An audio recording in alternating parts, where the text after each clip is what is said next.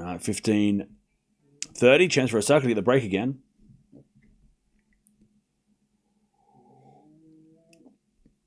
All right, welcome everybody. Sinner versus Popyrin, one of the, probably on the men's side, probably one of the most highly anticipated matchups when the draw came out. We had, obviously, Tien Djokovic, which was something that everyone wanted to see. We had Opelka versus Alcaraz.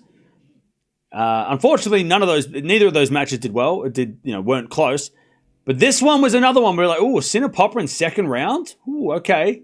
Popyrin, one of the highest ranked unseeded players in the draw. Popyrin beat Djokovic here last year, so there's a lot of intrigue going into this match. But can Popyrin deliver? Can he make it interesting? Because if he doesn't make it interesting, it's going to be Sinner straight sets. So let's see what Poppy's got. What is happening with Rublev? I have no idea. Why? What happened? He's at a tiebreak in the fourth. Okay. So he just has to win the tiebreak and he'll get out of that match. But like Brooksby and Caboli are just starting too. They're 5-4 first set. Stearns is winning the first serving for the first set against Frech. And Cerundolo serving for 2 sets of love lead against Reedy. Osaka breaks. 4-2 in the first set.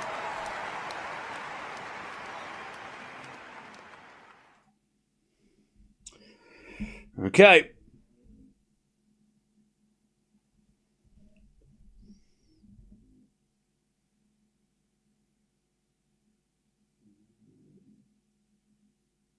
All right, 25 minutes played. Osaka 4-2. Chapo is winning.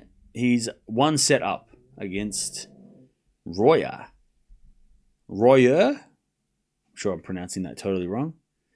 Also, Wong is up 2 sets of 1 against Walton and 5-3.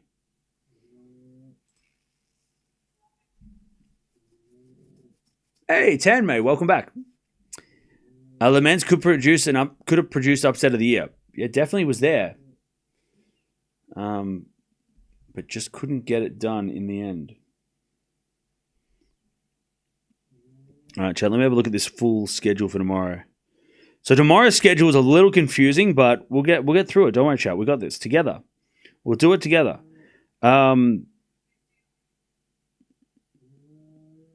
Yeah, so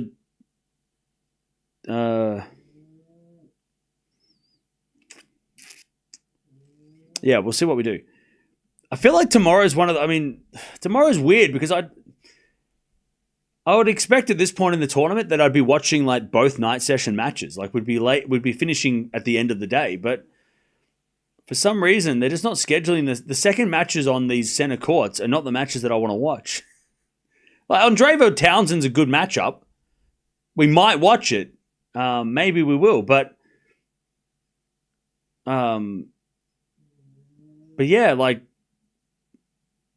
yesterday we watched until the end of the day, but that was because we watched Sabalenka.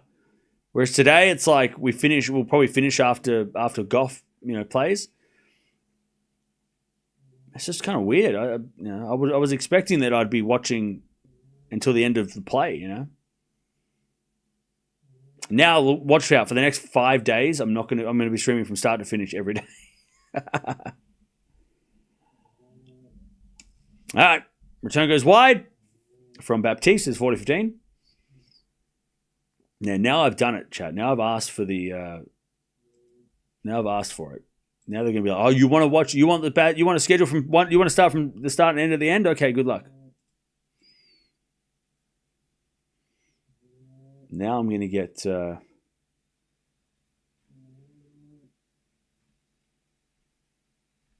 Now I'm gonna get no sleep.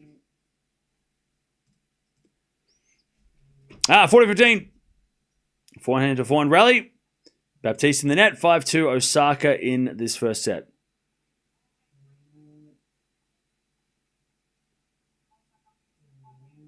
Usually I'm bummed out that I have to go to sleep and miss the night matches, but this year it's been fine. Yeah, I mean, yeah, it's been... Yeah, the night matches haven't been like must-watch TV just yet. They will be. I mean, third round coming up on Saturday is going to be crazy. But yeah, there hasn't been a must-watch really. And waking up, you haven't really missed out on much. The night session hasn't provided too many moments. Besides Medvedev.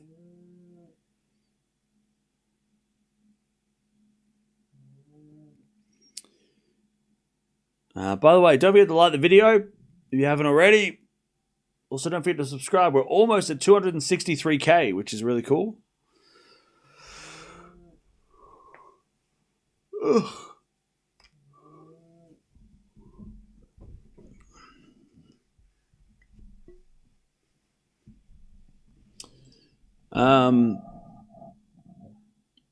Rublev got the mini break and the tie break. All right, we'll keep an eye on him.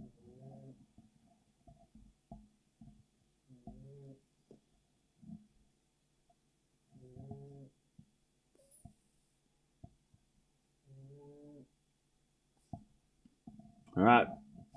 5-2. Osaka leads.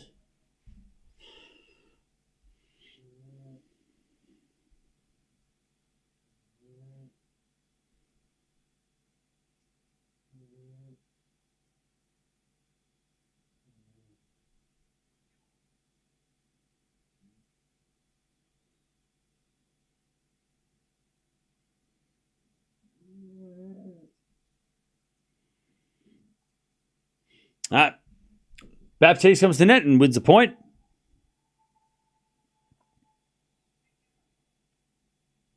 $15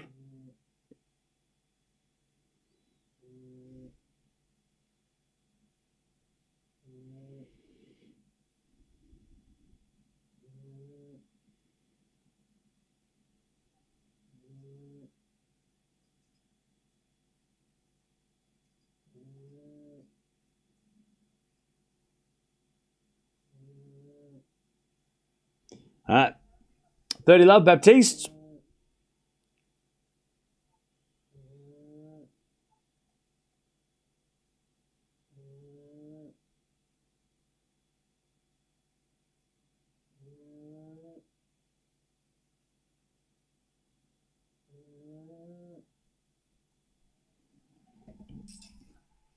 All right. 40 love, nice serving from Baptiste. Rublev's got match point.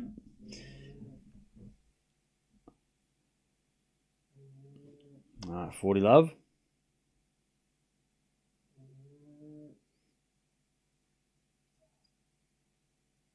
As Baptiste serves a fault, second serve.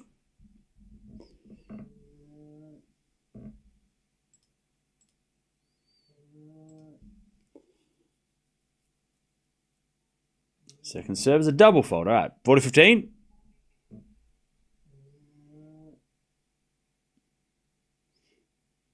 $40-15.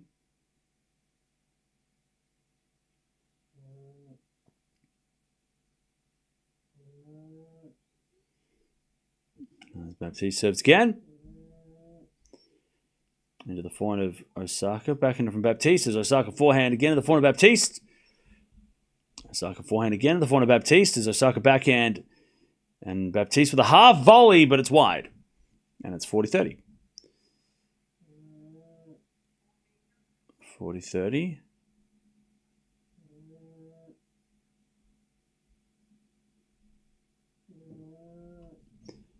$40-30.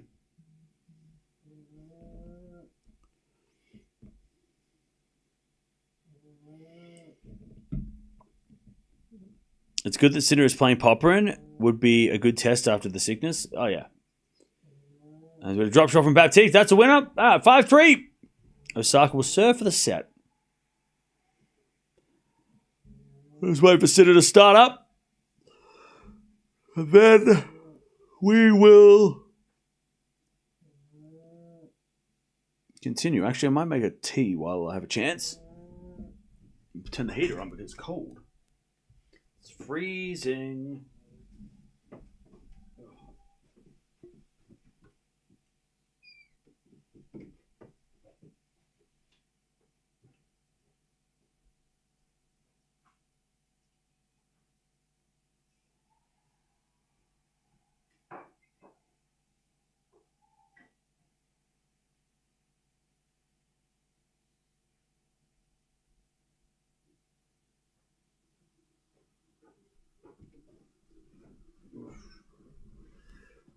15 love.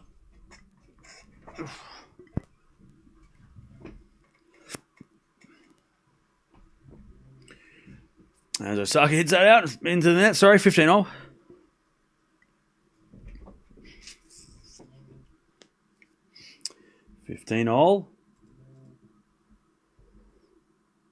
And Osaka serves again. That's a fault. Second serve.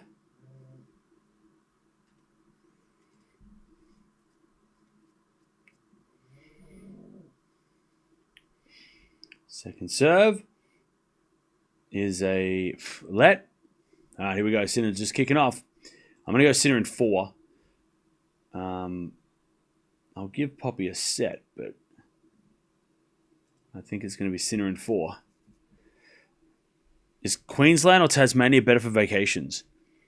Depends what you. If you want to see the sun, you go to Queensland. If you want to go to like more of like a, I guess like a more of a like a. I mean, Tasmania is beautiful too for different reasons, like more like nature and stuff. Anyways, good serving Osaka, 40-15. But if you want to go see like sun and beaches and stuff, you go to Queensland. 40-15. Set points for Osaka to take the first set. As the return goes back on Osaka. Baptiste puts up a lob. Goes long. Osaka first set. 6-3. You said Sinner in 3 close sets in your prediction. Well, I'll stick with that. I'll go with that then. I'll go with Sinner in 3 close sets.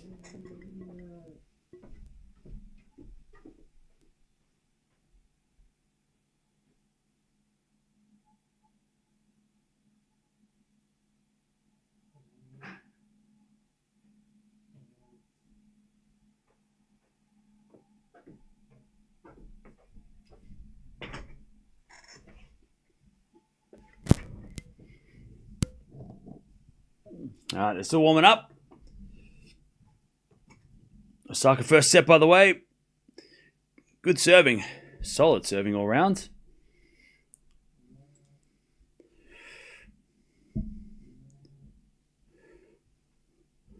Osaka and Wozniacki win a team? Yeah. Rublev wins? Nice. So did Wong. Wong and Rublev both won. Do they play each other? I think they do, right? Also, Kostruk is up a set in 5-4 in her match. Hashanov's up 2 sets to love.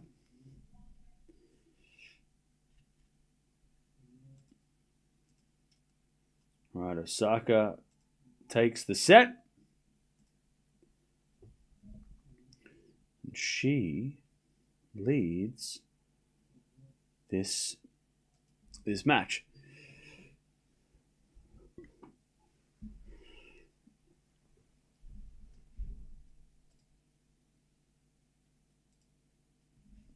All right.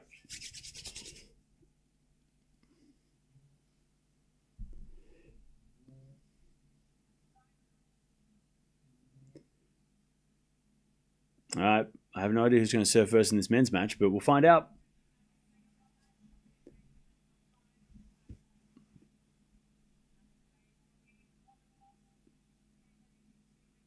So Poppy won the toss, elect to receive, which is an interesting move. Makes Sinner serve first, I guess. Maybe. If Carlos played like he did yesterday with Sinner, Sinner has no chance because Alcaraz would end the long rallies. Maybe. All right. Sinner, I think, is going to win in close 3 setters. Apparently, I said that, so I'll stick with that.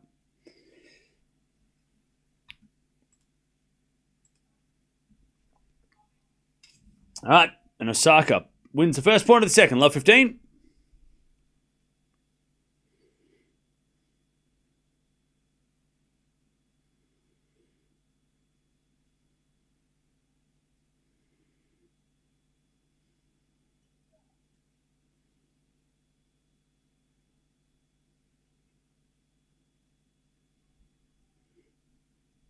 All right. Love 15. As we just serve into the back of Osaka. Return goes long, and it's 15-all. Yeah, please, Tam, mate, don't spam, please. It's really annoying.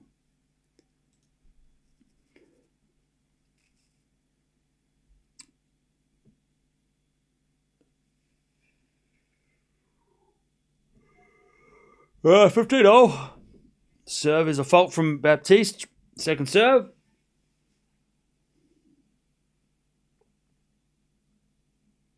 Second serve. Into the front of Osaka. Forehand from Baptiste. The back of Osaka is Baptiste slice. Into the back of Osaka is Baptiste with the forehand cross. Osaka again to the front of Baptiste. As Osaka with the backhand cross court. Baptiste gets it with the slice. Osaka backhand down the line. Baptiste hits it in the net. 15-30. And Sinner, he loses the first point. Love 15 Poppy.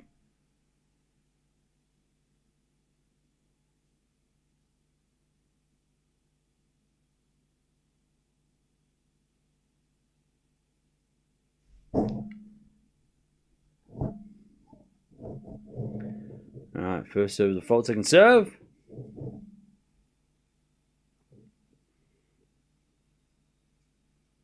Now the return goes into the forehand of Sinner. And then Poppy hits it out. 15-all as that goes out by Baptiste, and it's 15-30. What do I think of Poppy's outfit? It's all right. It's cool. It's good. 15-40. Osaka with break points.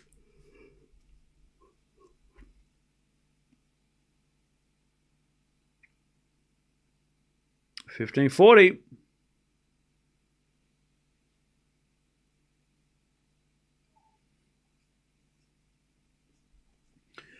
There's a bit of fault from Baptiste. Second serve.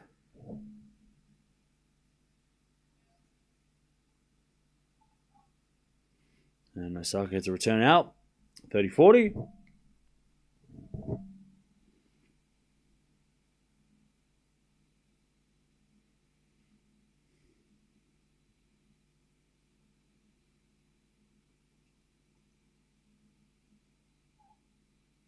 As Baptiste serves again. A fault. Second serve.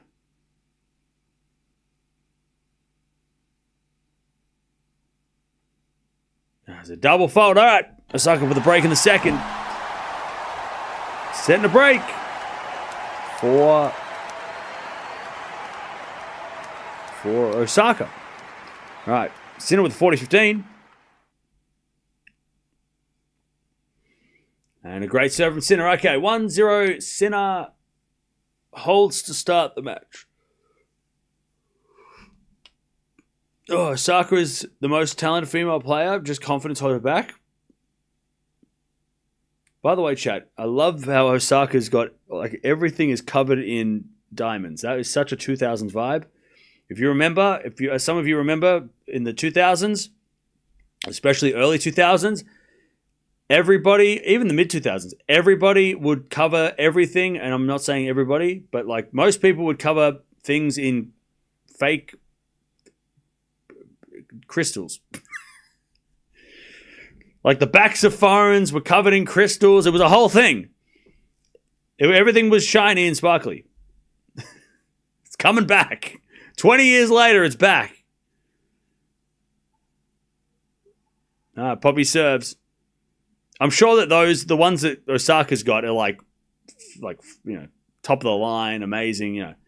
I'm sure they're not just the ones you get from eBay, but it was a whole thing. Love 15 as Osaka serves. A let. Yeah, bling was a whole thing.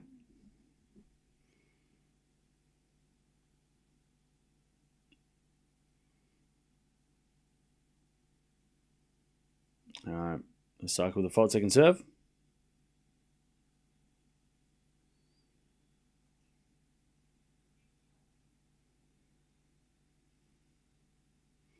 And Osaka serves again.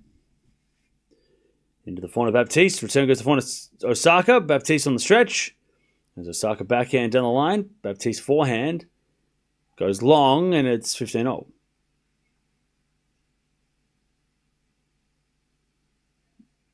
Sinner hits that one wide, and it's 30-15. 1 second check.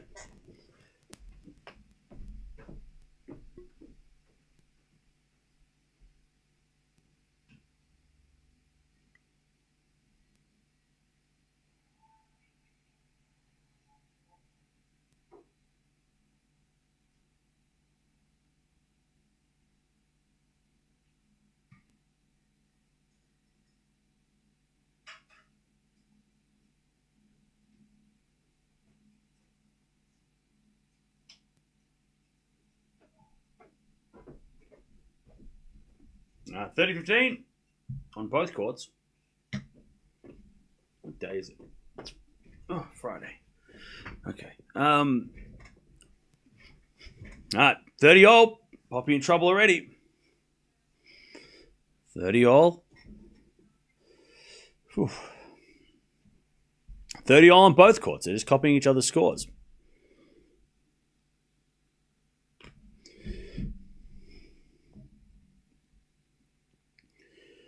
All right, Osaka serves. A fault. Second serve.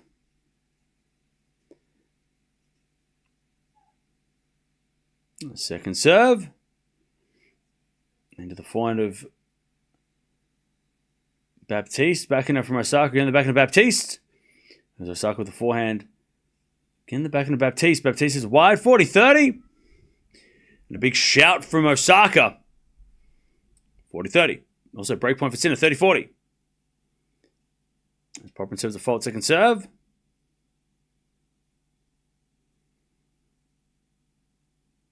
Second serve. Into the backhand of Sinner. Poppy slice. Into the forehand of Sinner. Is Popyrin backhand again to the forehand of Sinner. Popyrin with the backhand again to the backhand of Sinner. Poppy forehand again to the backhand of Sinner. Into the backhand of Popyrin, who hits it in the net. There's the break. 2-love. Sinner, great start already. So Osaka is a deuce. Chat, give me the results you're going to get for these matches. Let me know. How many sets and who's going to win in both these matches? I'm going to go Osaka in straight. What did I say? Osaka in 3 and a close straight sets for Sinner. That's my predictions. Let me know. Give me your predictions for these matches. Baptiste with a breakback point.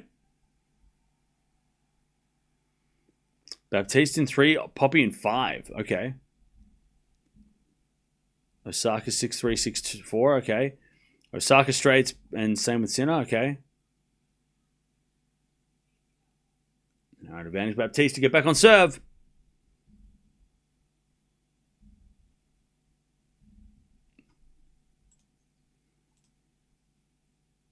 As it a forehand now to the backhand of Osaka. Lob goes up. Baptiste. Oh, let it bounce. And then hit a forehand. Osaka goes down the line. Baptiste with a slice backhand on the stretch. And then Osaka comes in and puts it away. Back to deuce. Also Sinner 30-love. 30-love Sinner. Osaka's not losing a set. Okay.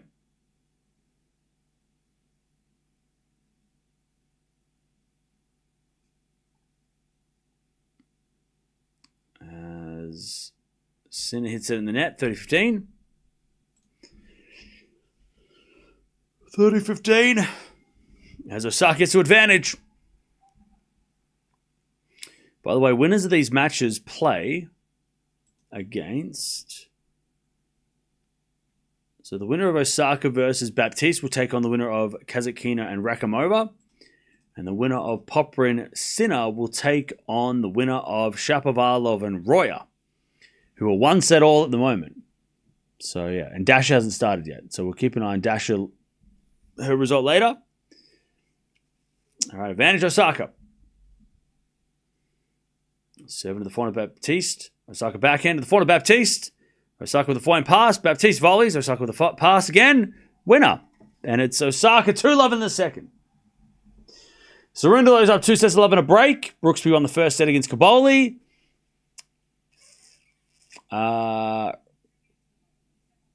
Yeah. Mukova's about to start. I sit against the 3-love. Dasher and Demon are waiting in the car park courts, yeah.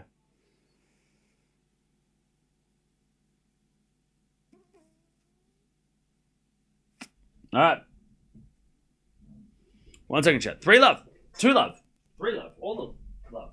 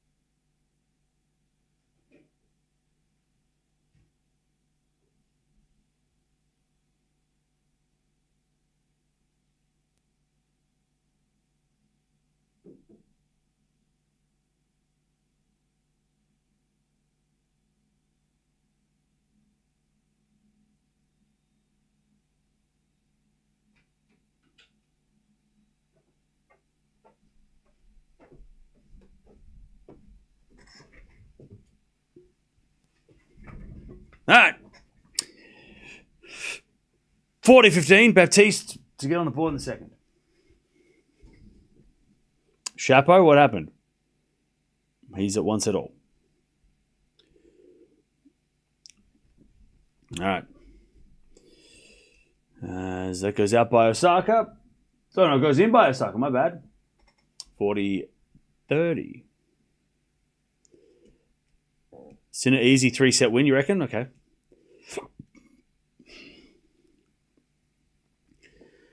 Great shot from Osaka.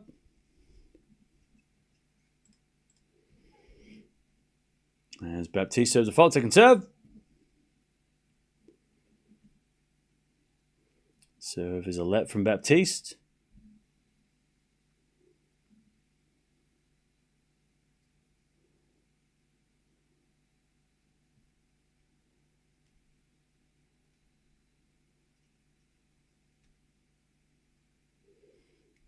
And Baptiste with a forehand cross court in the front of Osaka. Into the backhand of Baptiste. Osaka backhand to the slice of Baptiste. There's Osaka backhand again, the slice of Baptiste. And Baptiste hits a wide and we get the deuce.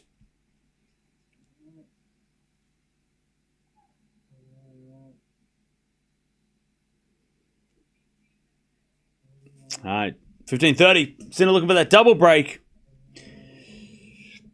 15-30.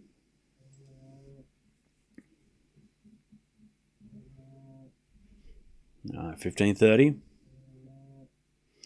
As Popyrin serves. Sinner returns in the back of Popyrin. Into the forehand of Sinner on the stretch. Popyrin into the forehand again of Sinner. Popyrin on the stretch, puts up a lob. Goes out. 15-40. Sinner just too strong. Once the ground strokes start, he just cannot be stopped. 15-40. 15-40. Osaka hit a backhand passing shot in the net.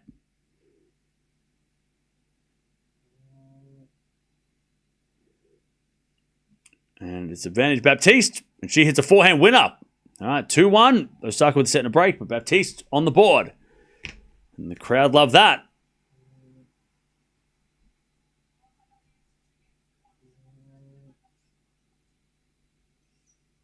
Okay.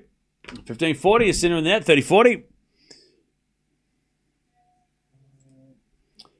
30-40.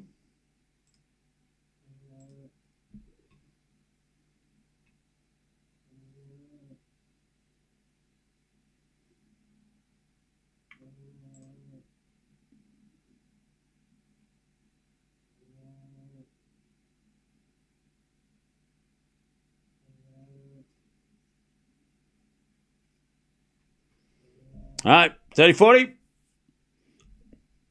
As we backhand into the forehand of Sinner. Forehand from Sinner to the forehand of Popyrin on the stretch. Sinner forehand inside out. Poppy with a slice. Sinner backhand again. The backhand of Popyrin. Into the forehand of Sinner. Popyrin again to the forehand of Sinner, who goes down the line in the net. And we get the deuce. Poppy hangs on. He hangs on. Deuce.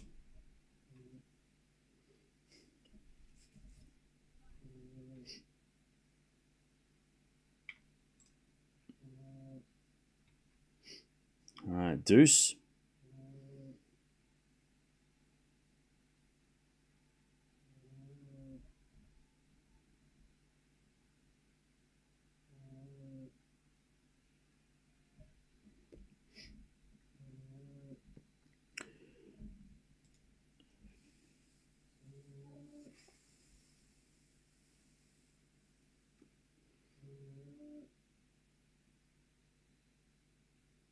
Fault from Poppy. Second serve.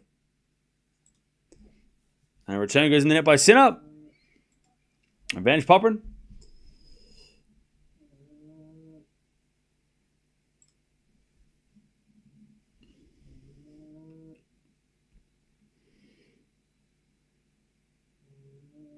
Advantage Popyrin to take the first game of the match for him.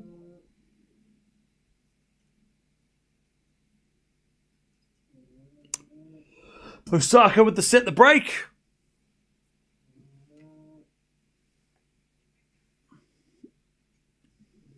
There's a backhand rally.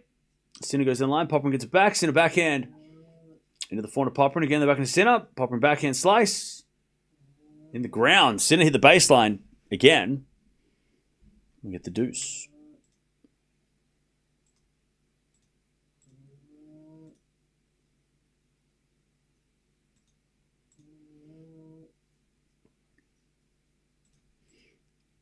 All right, back to deuce. Popyrin just trying to win a game. It happens. When you're playing Sinner, he just doesn't give you any free points. He's so greedy.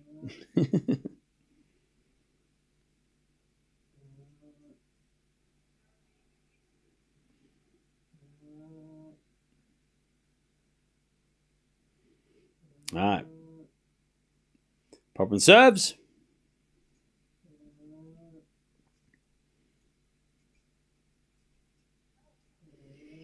As Poppy hits it out. And it's advantage Sinner for the double break. Also 40-15 Osaka to take a 3-1 lead in the second. All right, advantage Sinner.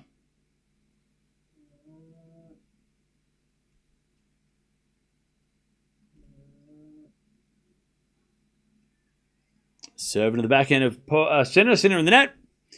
And Poppy gets back to the deuce.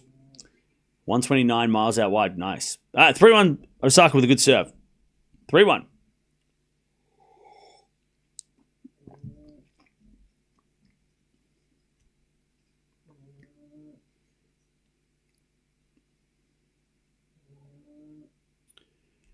All right, Popyrin serves another fault. Second serve.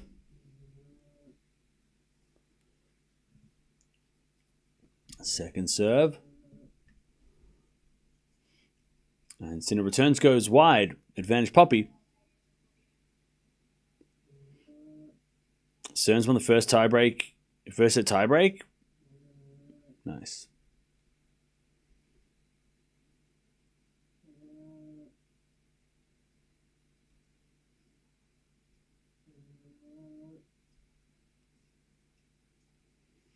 And Osaka wins the point, love 15, and Poppy's on the board. 3-1, Sinner with the break. Popyrin holds.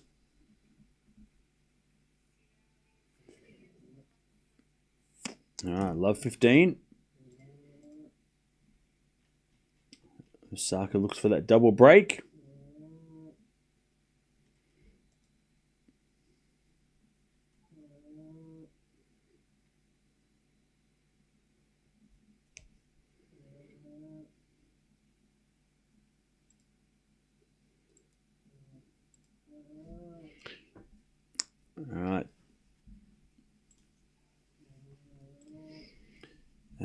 As Baptiste serves again. Novak will retire soon. He's never winning another slam. Okay. Where'd that come from? Love 15. As the return goes in the backhand of Baptiste. Backhand from Osaka in the net. 15 all. 15 all.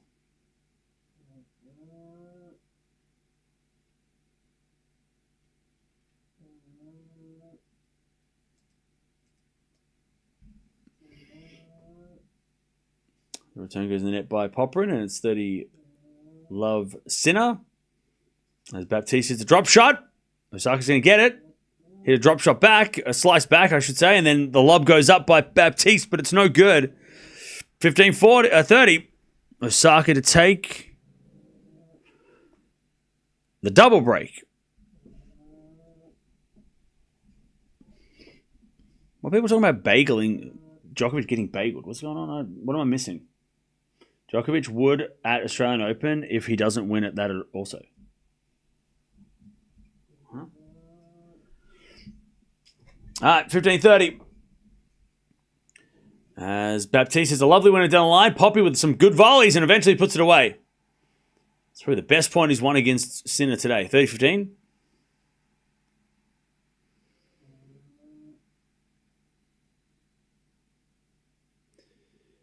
30-15.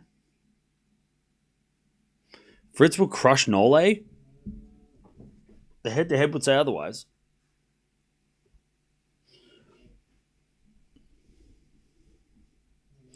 All right, 30 all as we a double fault from Baptiste. All right, Osaka to get the double break here in the second. 30-40.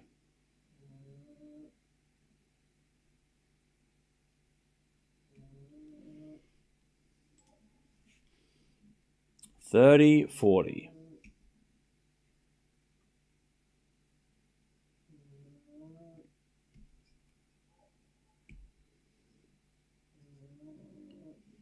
As Osaka backhand into the forehand of Baptiste. Osaka backhand to the backhand of Baptiste. Again, the backhand of Osaka. Baptiste slice. As Osaka with a forehand cross court. Baptiste gets it. Osaka forehand again. Into the forehand of Baptiste. Goes in line the backhand of Osaka. Baptiste forehand inside out. Win up. That's a shot. That's a beautiful shot. And it's back to deuce.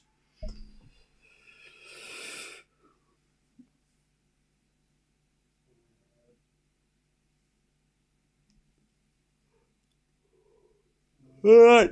30 all, by the way. Popyrin trying to get the break back. And Sinner backhand. Into the slice of Poppy. Into the forehand of Sinner. Popyrin on the stretch. With a slice. And then Sinner with a forehand inside out winner. All right.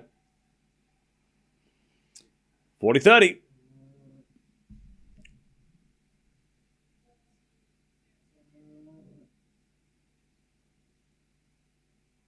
As Osaka has another break point with a good return.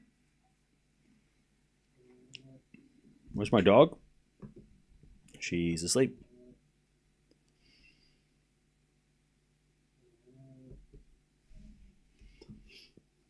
That's it. All right. Advantage Osaka for the double break. What am I doing? There we go. We got a fault second serve.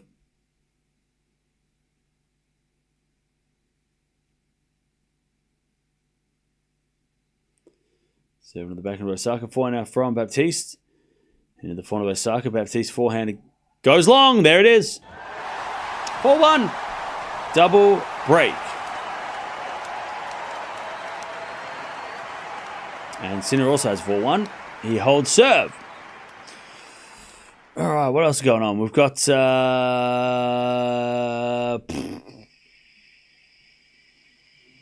lot of the ladies are starting to play now. At the start of the day, it was all the guys playing, but now the ladies are starting to play. Kostyuk and Sonmez are going to a third. They're playing a marathon.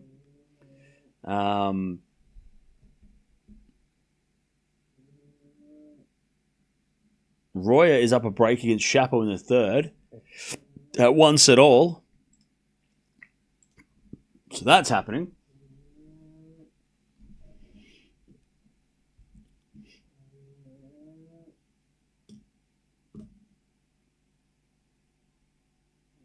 Wong won't win, but I'd like to see him go as far as he can. Yeah, who's he playing?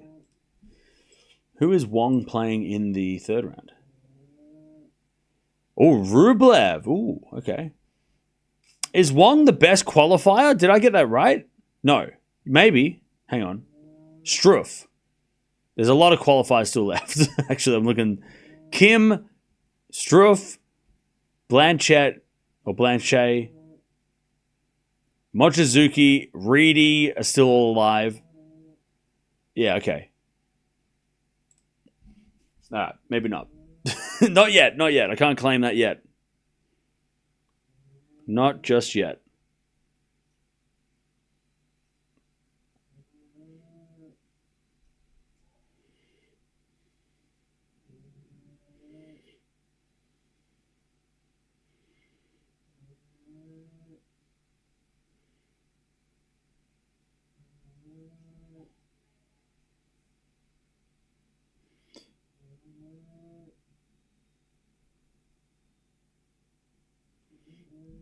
All right. 4-1 Osaka with the double break.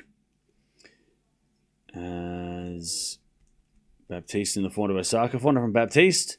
Into the back of Osaka. Baptiste forehand. Into the net. 15-love.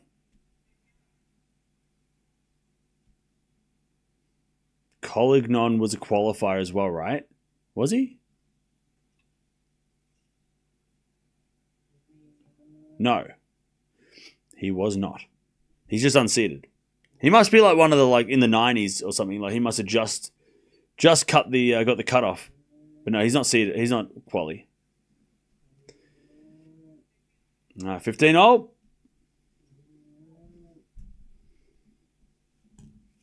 15-all.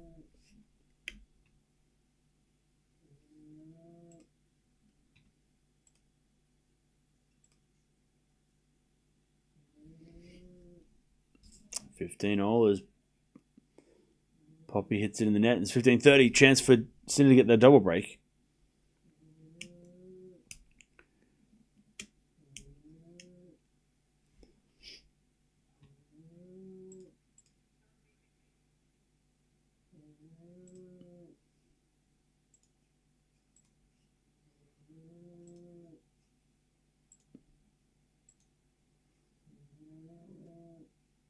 By the way, chat, are we still using Djokovic in 2025? I feel like that's a bit weird.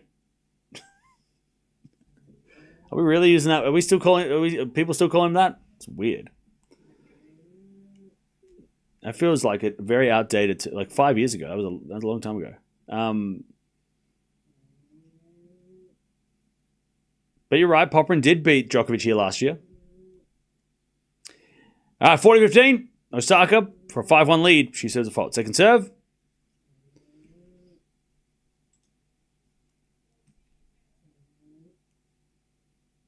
All right, 40-30 Poppy as he tries to keep things close.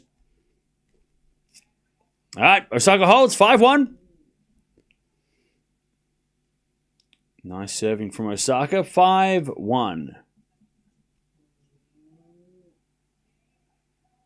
Poppy holds 4-2. 4-2.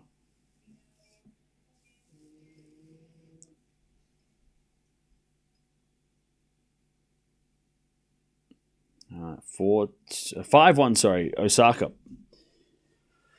5-1 with a set, 2 breaks. As Baptiste serves an ace, 15-love.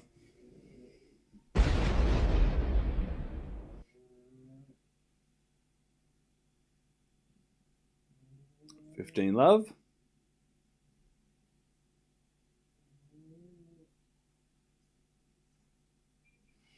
All right, nice serve there from Sinner as well, 15-love. Chat, do you ever get so cold that like your hands and your feet just like hurt? As with a 4 now in the net from Baptiste. And it's 15-all.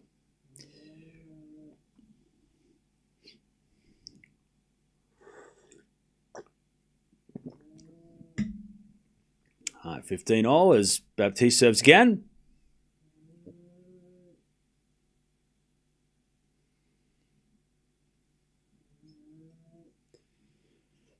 Serve is a fault, second serve.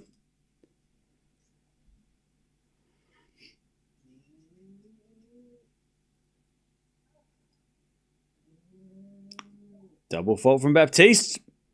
15-30. 15-30.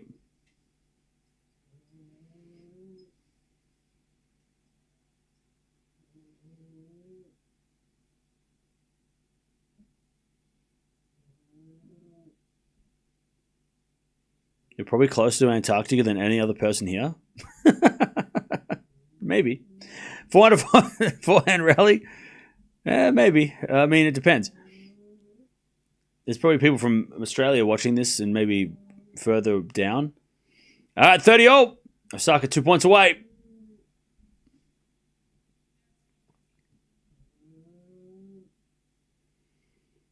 All right, 30-all.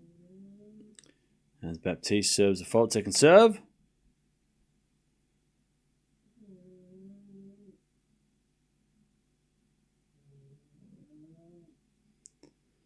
Serving to the forehand of Osaka. Forehand from Baptiste in the net.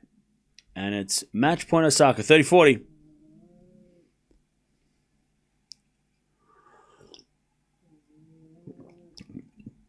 It's a shame here because Baptiste is a better player than this. She was really good. She's been really good. I mean, Osaka's definitely gotten better since they last played. And especially since the start of the year in Auckland. But, yeah, Baptiste unfortunately hasn't been able to play her best. Her forehand has let her down. All right, 30-40. Double fault to finish, and the serve. The serve let her down as well. Osaka wins. And she is into the third round of the US Open. And they hug it out of the net. And Osaka will maybe play Dasher, which, damn it. Why? Why? Why does it have to happen? Why does that have to happen? It's not fair. That's just not fair. That's not fair. Anyway, Sinner's up 40-30. We're going to merge the streams in a second, so if you want to keep watching, jump on over here. If you want to keep on watching Jannik Sinner. Sinner in the net. Popyrin gets the deuce. It's okay. You can commentate with a broken heart. I'll try. Oh, I'll try.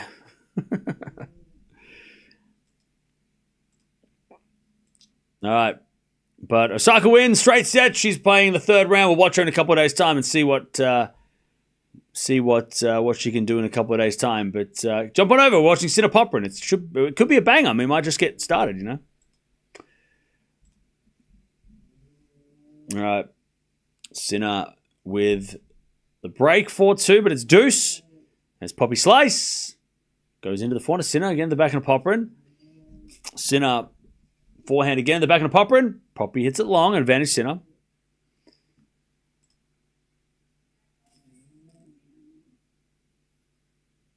Advantage Sinner.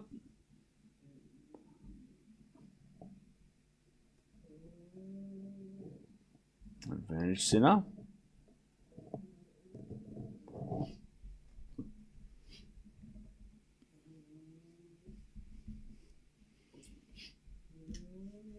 To go to 5-2.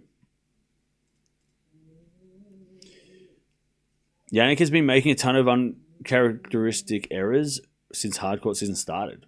Really? I haven't noticed.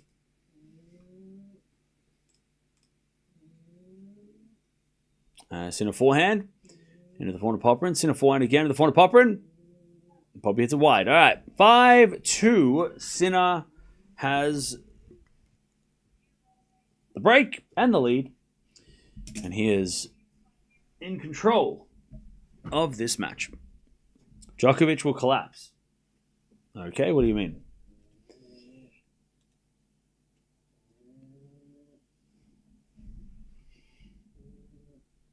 All right.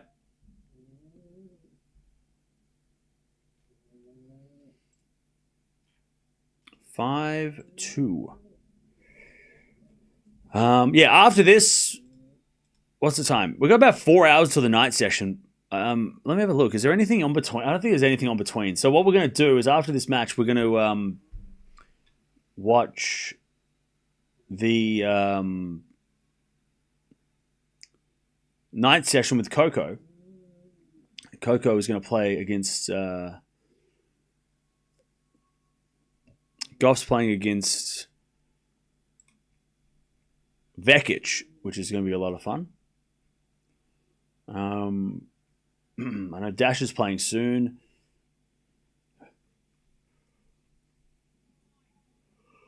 No, Venus is playing doubles. We'll keep an eye on her score as well.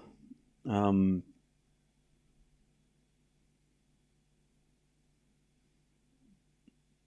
the way, chat, I didn't even notice, but apparently they've cut down the.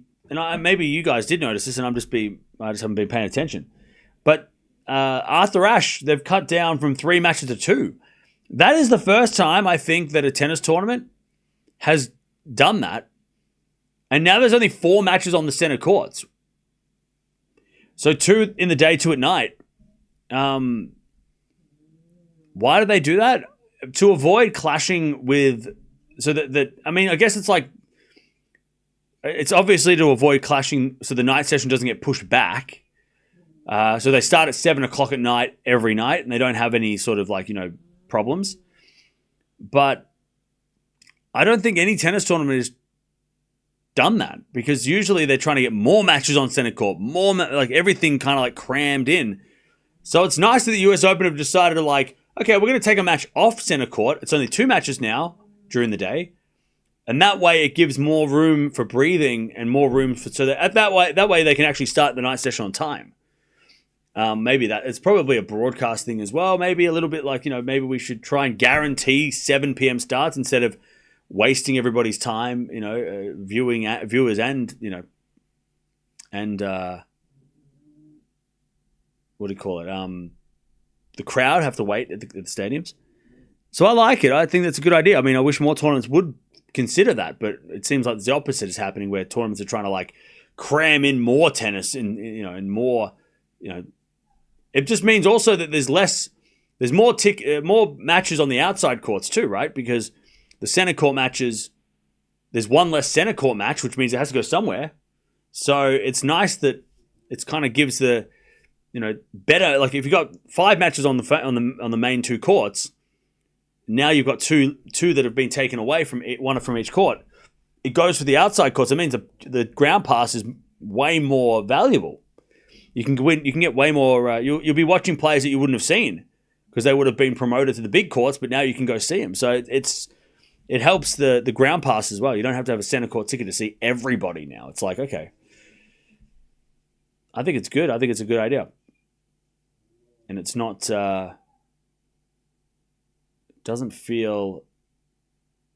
It just doesn't. It's the opposite of what seems to be happening around the rest of the tournaments, where everything's trying to be more and more and more, and this is no, we're going to take one away and make it a little more breathing room. But the other day they did put another match on because there's always that if there's 4 hours between the sessions, it's nice because you can put another match on if you want, but they're not going to run into the problem of the day and the night clashing. So this match, it might go for 5 hours or 4 hours, but we've still got 4 hours up our sleeve, so we don't have to worry about this match running into the night session yet. Maybe it does if this becomes the longest US Open match in the history, but it's good. It means it's everything can start on time, at least on center court. And Louis Armstrong. There's a bit of slice from Poppy. And then he's a 4-1 cross-court winner, Popyrin. All right. Sinner's going to serve for this. 5-3. 5-3.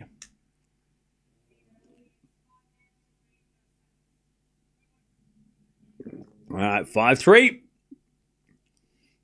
Beautiful passing shot there from Popyrin.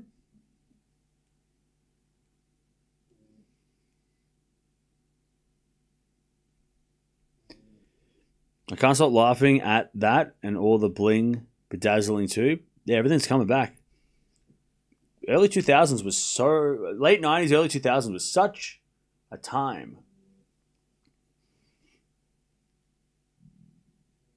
Everything was shiny. Everything was bright and colourful.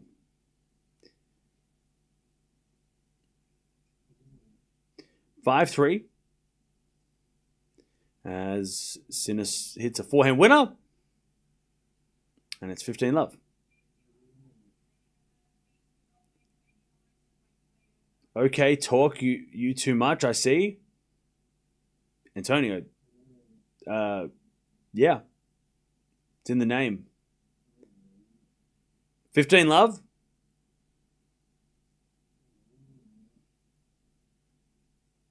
As we return now from Popyrin to the forehand to Sinner. Forehand from Popyrin on the stretch. But it goes out. And it's 30-love. 30-love.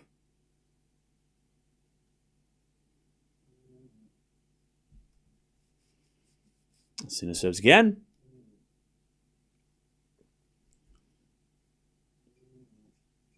As the return from Poppy goes to forehand to Sinner. Backhand from Popyrin to the backhand to Sinner. Popyrin forehand again to the backhand to Sinner.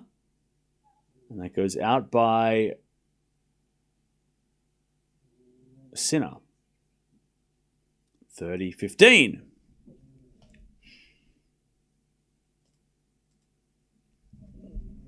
30-15.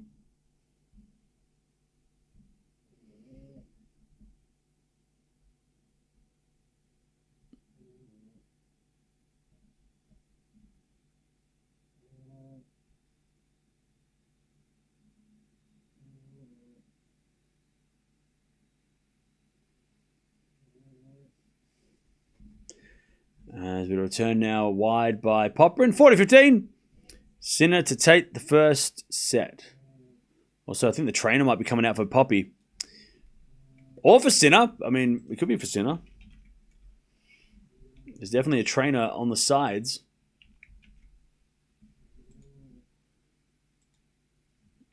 For somebody.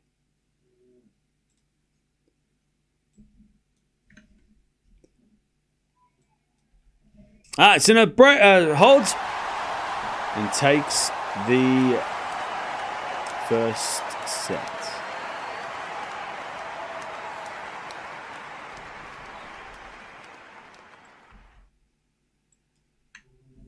Yeah, so Sinner's got the trainer out, and it's for his foot. On the side of his foot, he's got maybe a blister or something. So it's a foot issue for him. But nothing serious. Nothing serious. Probably just blisters, yeah.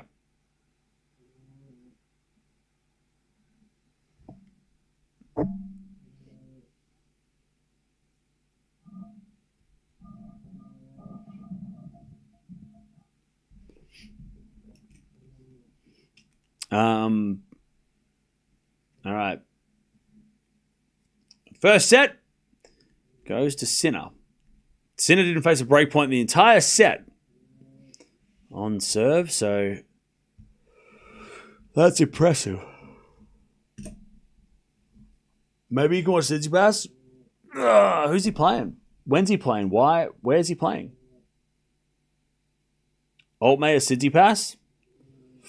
Maybe.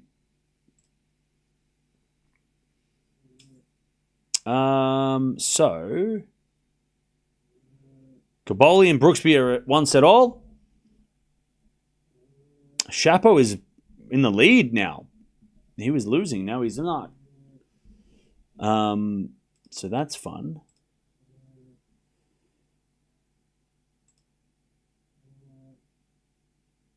Poppy serve hasn't been as clutch as it was last year. Yeah. Yeah, but also remember, he's playing against Sinner in 2025. Whereas last year, as impressive as it was, he was playing Djokovic 2024. And Djokovic 2024, after he just won the Olympics, he hadn't played since the Olympics as well. He went straight to New York without any practice. We did that this year too, but totally different player, right? Totally different situation, right? Compared to, and also remember, Djokovic had the knee injury before the Olympics, which was lingering a little bit after the during the Olympics. I mean, the fact that he won the Olympics with that with that after knee surgery is pretty insane, and beating Alcaraz to do it. But then, so there's a lot of different factors. Whereas now he's playing Sinner, who is coming off a Cincinnati final that he lost because he was sick. He won Wimbledon, right? So totally different form lines. I mean, yeah, okay, the Olympic gold medal for Djokovic and Sinner Wimbledon, okay, huge achievements. But Sinner still, in 2025, is better than Djokovic 2024. So Popyrin, understandably, is struggling.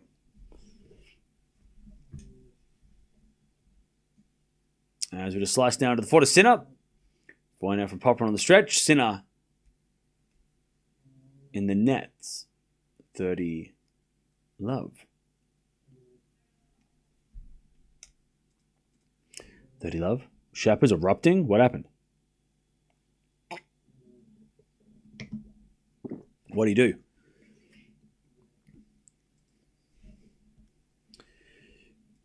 $30 love.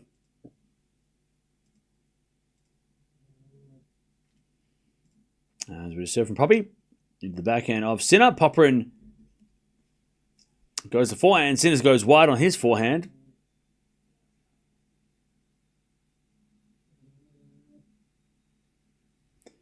$40 love.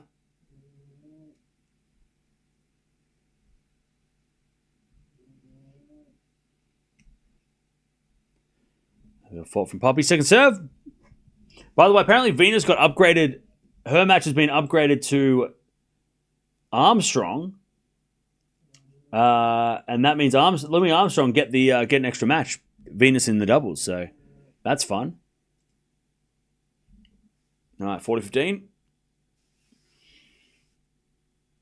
Popyrin hasn't even been playing that bad, yet his first serve is not as good as it should be, but he's facing Sinner. I'm not sure it would be any different if he was serving 80%. Yeah, I mean, yeah, we're not saying that Popyrin is playing bad.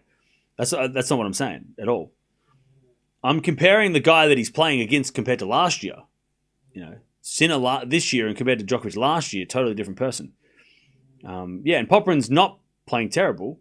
He's just playing someone who's, he's playing Jannik Sinner on a hard court. That's one guy has beaten Sinner on a hard court in 12 months. I mean, right? Is that right? Am I right? One guy, is that right? One player has beaten Sinner on a hard... Is that real? Is that true? Beijing? And then Cincy, right? And Cincinnati, I mean, you could say he lost, but he didn't. He lost the match, or he had to retire. But I mean, I wouldn't count that match as he lost that match. It's well. Yeah, Rublev did, but Rublev was before the US Open last year. So 12 months ago, it was over 12 months. So Carlos in Beijing is the only time that Sinner has lost on a hard court in 12 months. Because Rublev was before last year's US Open. So since Rublev, one person has done it.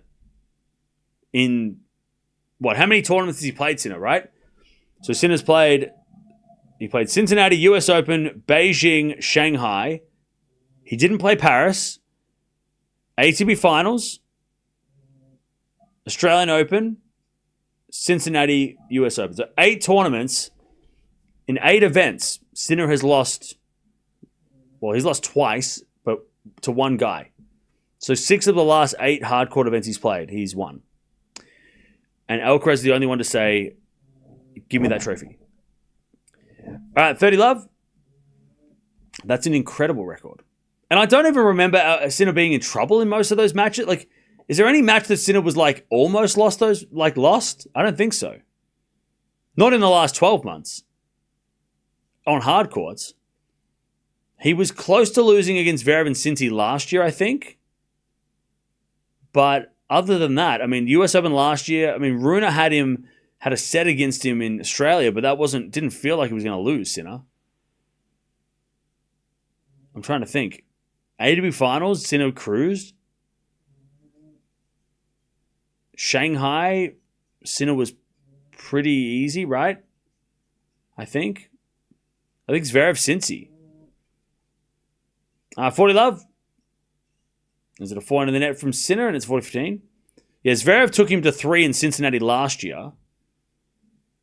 But other than that, I don't think anyone has come close to beating Sinner on a hard court.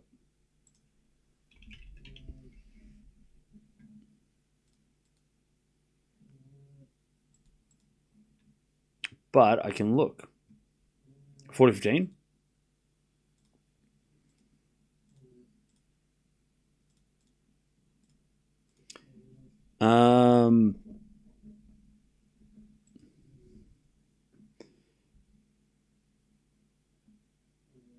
So yeah, Echeverry won. Oh no, sorry. Echeverry won the first set in Shanghai against Sinner, but Sinner came back to win.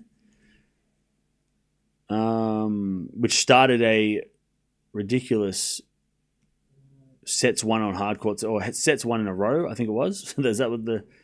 Oh yeah, Davis Cup as well. I forgot he won the Davis Cup as well. That was on hard courts as well. No one even pushed him there either. And then US Open last year, Medvedev won the second set, which was 6... Remember that Medvedev match at the quarters? That was so weird. 6-2, 1-6, 6-1, 6-4. Strange. Both Paul and Draper pushed Sinner in the first 2 sets, but didn't get a set for it. McDonald won the first set against Sinner and then lost the match easily after that. Yeah, Zverev and Cincy last year. And Rublev. Rublev was up a set against Sinner and then Sinner came back to win. So they both pushed Sinner. And then Tiafoe pushed a tiebreak but wasn't enough. I mean, you could date this back to... I mean, we could date this back to like 2023. Because Rublev and Alcaraz are the only 2 players who have beaten Sinner in the last 2 seasons on hardcourt. You'd have to go back to the Tour finals where Djokovic beat Sinner in the final of the ATP finals. But since that moment, Rublev and Alcaraz are the only 2 guys in like almost 2 years. Well, 18 months, we'll say. 18 months. 'Cause that's, 18 months to beat Sinner on a hardcourt. As Sinner gets the love 15. Because, yeah, I mean, Jarry pushed Sinner in the first round of the Australian Open. Schoolcake won the first set but lost the match. Rune had Sinner really worried in the 4th round in the first 2 sets, but then fell off a little bit. Zverev, I mean, Shelton pushed the tiebreak first set, wasn't enough. God, I forgot Shelton was in the semis of Australia this year. Damn, Shelton's good. Chat, we think we're surprised that he's number 5, and then you go, but he made the semis of the Australian Open. Like, what are you talking about? He's had deep runs at big tournaments. Like, what are we talking about? Like, Shelton being number 5 shouldn't be that shocking. If you look at his record and compare it to Draper, because I think they're a good comparison at the moment right now to compare those 2 players. They've both got a 1,000. They've both got solid matches over big, good players. But at Grand Slam, Shelton's got better results, so he's obviously got a better record ranking. Hey, Billie Jean King in the house. But yeah. So yeah, Sinner is ridiculous. Love 30. Did Sinner beat Dimitrov? But he hasn't... What are you talking about, Dimitrov? Forehand goes in the backhand of Popyrin. Forehand from Sinner. Off the tape. Into the forehand of Popyrin. And Sinner... Again, the forehand of Popyrin on the stretch. Sinner again to that Poppy forehand. Sinner backhand. Cross court. Popyrin gets it with a pass to lob. Sinner puts away the smash though. Love 40.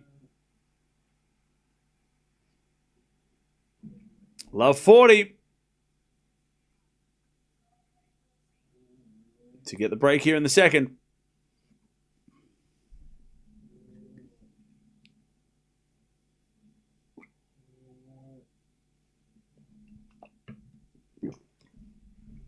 By the way, chat, I just want to say it again. Because I think some of you are missing the words. Hard court. I said hard court. Sinner on a hard court. Sinner on a hard court. Hard court. A lot of people are bringing up Dimitrov. That was Wimbledon. That was a grass court. Sinner breaks 2-1. I said hard court. But Dimitrov, but nothing. That wasn't on hard court. That was on grass. Dimitrov was doing something extraordinary. Yeah, on grass. Everything I've been talking about has been based on hard courts. I'm pretty sure I said hard court, right? Did I not say hard court 7 times? I think I did. Hard court. So Dimitrov versus Sinner in Wimbledon doesn't matter. That's not we're not talking about that. We're talking about hard courts. What's a hard court? It's a court that's made of concrete.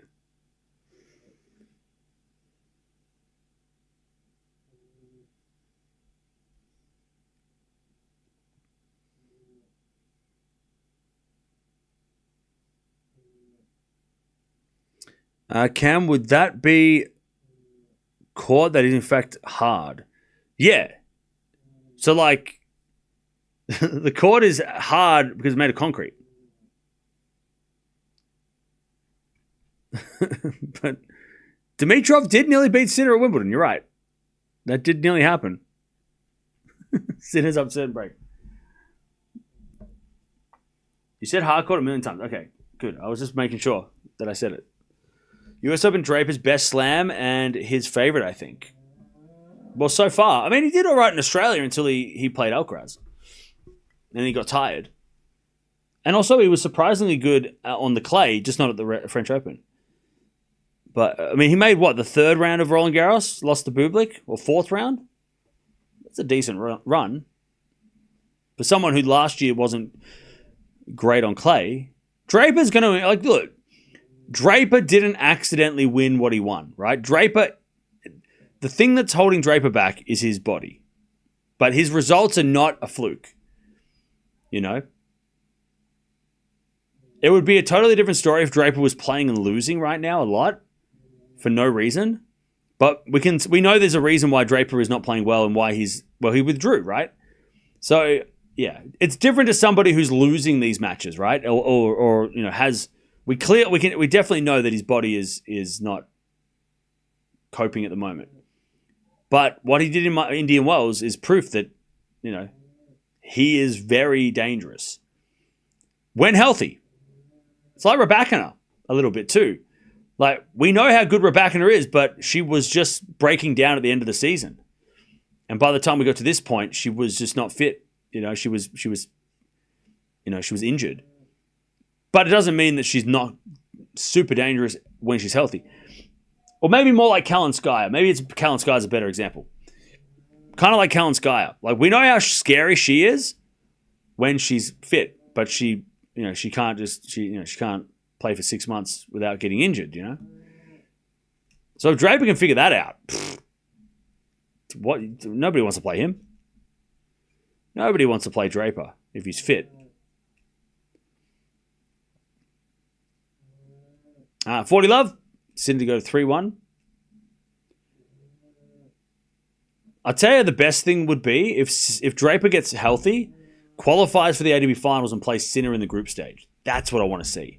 Because I want to see a healthy Draper take on Sinner. We haven't seen that yet. Like, Draper took on Sinner last year at this tournament, but by the time he got to Sinner, he had played so many matches and he was in a new situation. I want to see Draper take on Sinner, healthy Draper, take on Sinner at the ATP finals. I think that'd be great. Yeah, okay, the crowd would be against him, but I just want to see that. On indoor courts, I think maybe Draper wouldn't mind playing on indoor courts too. That would be fun. Because that would be a good test to see where Draper's really at. Because playing Sinner on a hard courts, especially in Italy, that's a huge test. Let from Sinner.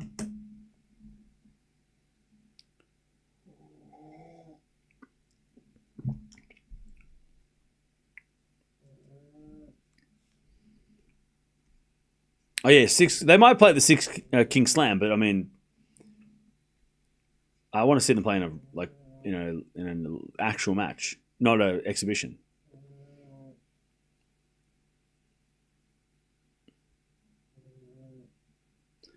One of the Sky commentators thinks Rebecca is a favorite to win US Open. I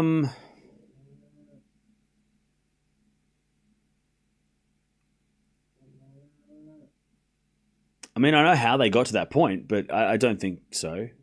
I think it's between Swiatek and Sabalenka still.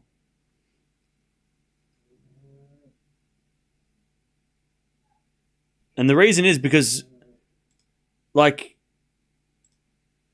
one, Rebecca's never done well here, so it's hard to pick her beyond quarterfinal. But she's got to play Raducanu, and then Vondrousova or Paolini, and then Sabalenka. Like, there's still 2 matches before Sabalenka, possibly. And she could, Raducanu's been playing really well. That's not easy. And then Vondrousova or Paolini. Paolini's had a good record, had a good run against Rebecca too. They've played some good matches. So, Vondi is super awkward. So I wouldn't be giving Rebecca the trophy just yet. Yeah, she can beat Sabalenka. She beat her last week or 2 weeks ago. But she's got to get to Sabalenka first, and that's a tough road. Plus, in the semis, you might have Andreeva or Pegula or Krejcikova or Navarro or Townsend. Like, that's not easy either. Like, there's still a lot of people to get to the final, and then you got to play Gauff, Swiatek, Osaka, Mukova. Whoever it is. I don't think she's the favorite. I think her draw is still one of the toughest section. So in that, I would probably say maybe Swiatek's the favorite.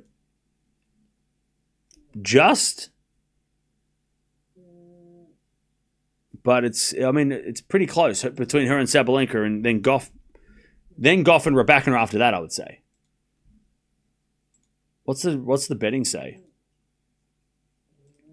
The betting has her behind Osaka, which is kind of weird. It goes Swiatek, Sabalenka are almost equal favorites. Andreeva, Gauff, Osaka, Rebecca, Raducanu, Anisimova, and then Pegula, Paolini, and Krejcikova. So she's the sixth favorite. So I don't think she's the favorite. Based on the betting, she's not. 30-all, by the way. I'm surprised that Osaka and Andreeva are ahead of her, but I guess Andreeva's got a good draw, so yeah.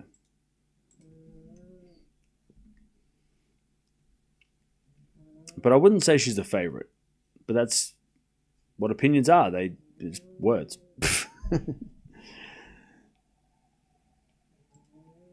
I picked Sabalenka to win. You might think that's crazy.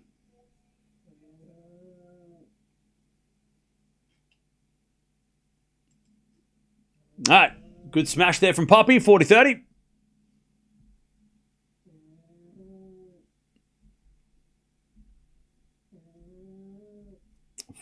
That guy had the ball right in his hand. He just couldn't catch it. He did so well. He tried. Good Sir Poppy. All right. 3-2 Sinner with a break in second. I personally think that Andreeva is one of the favorites for sure. She's doing really well. Yeah. The thing with Andreeva, though, is what happens when she plays an American. That's my concern. Like, she might be all good, but she's got to play Townsend tomorrow. And we know, when we saw at the French Open, remember Boison? And we saw the crowd, and Andreeva cracked. Now, did she learn from that? She did play Parks in the first round, won easily. But Townsend, tomorrow night, on this court, is going to be like the French Open. And it's going to be like, and then she's got to play maybe Navarro after that. So it's like she's got maybe back-to-back Americans on center court. And then Pegula. So we'll see tomorrow night how much Andreeva has learned from that experience in Paris that was the undoing, right? She was good until, like, she was okay in the first set, but then once Boison started to fire, the crowd got involved and she kind of fell apart. She let them get to her. So tomorrow will be a great test to see if Andreeva has learned from that, because Townsend's going to be a lot more. She's going to already, after what happened with Penko, Townsend's going to have this crowd is going to be like crazy, right? They're going to be crazy for her in support, right? And Andreeva's got to know that. And then it's not personal against Andreeva because, you know, she didn't play the singles. She didn't do it. But this crowd is going to be so... And plus, it's Friday night. It's going to be the second match. So a few beers down. People are going to be going psycho. Like, it's going to be like tomorrow night for Andreeva is going to be tough. Like, mentally, right? It's going to be, you know... And she's got to... The thing with Andreeva tomorrow night is it's going to be very, very similar to what happened at Roland Garros. She's got to figure out if she's learned from that, but also she's got to pretend like she's got to almost forget about Roland Garros too. Because if she remembers that and she starts going, oh, not again, here we go, oh, this is what happened at French Open, then she's going to spiral. So it's going to be really interesting. And I'm interested to see how Townsend goes about it because she's probably going to know that.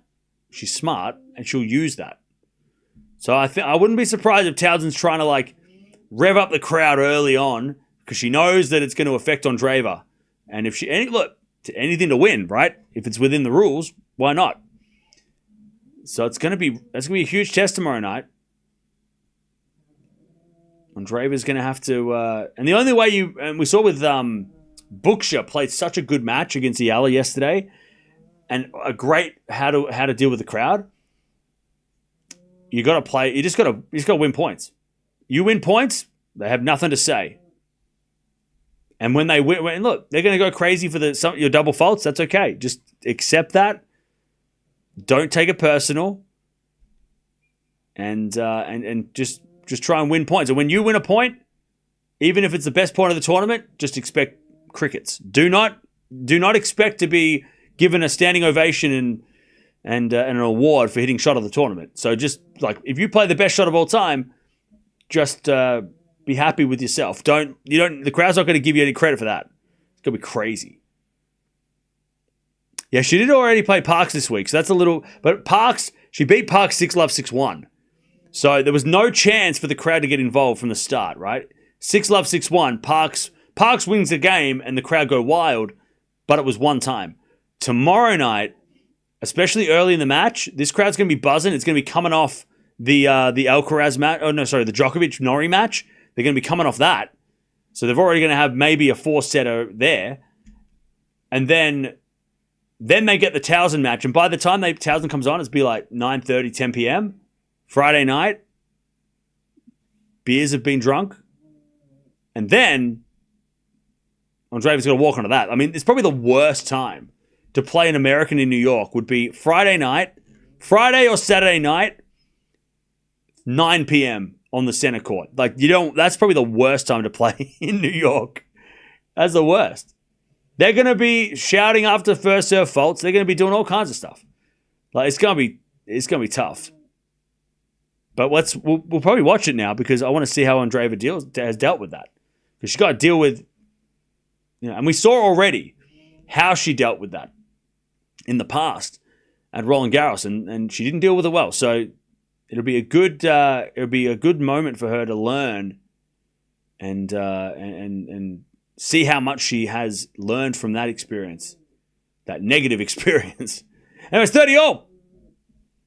As with a falling out from Poppy into the final Sinner. Sinner in there, Popyrin to get back the break.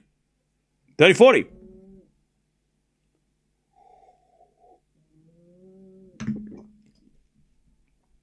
$30-40.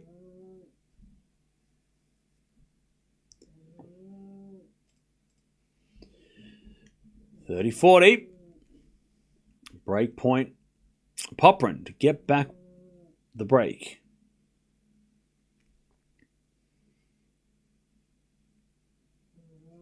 Server to the back of Popyrin. Forehand from Sinner.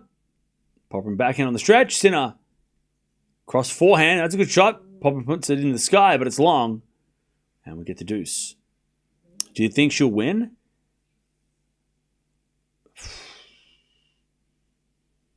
I don't know.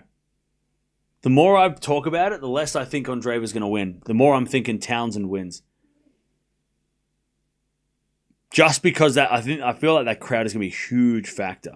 Lock in, Cam? What are you talking about? Lock in. It's 3-2 in the second. What are you talking about, lock in? Deuce.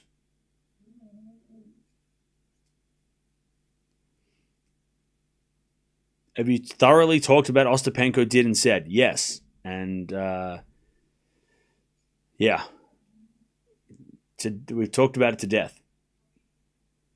All right, advantage Popyrin, double fault Sinner. Double fault Sinner.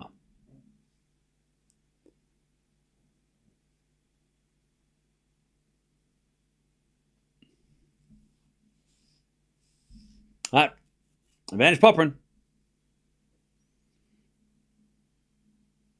Sinner serves. As a return goes into the forehand of Sinner. Forehand now from Popyrin on the stretch. Into the forehand of Sinner. And he hits a winner and deuce.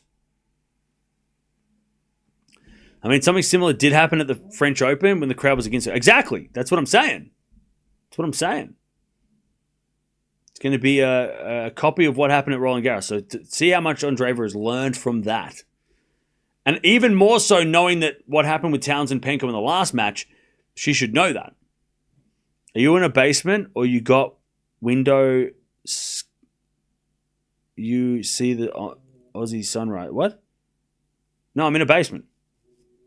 All right, deuce. A bit of fault from Sinner. Second serve. Second serve.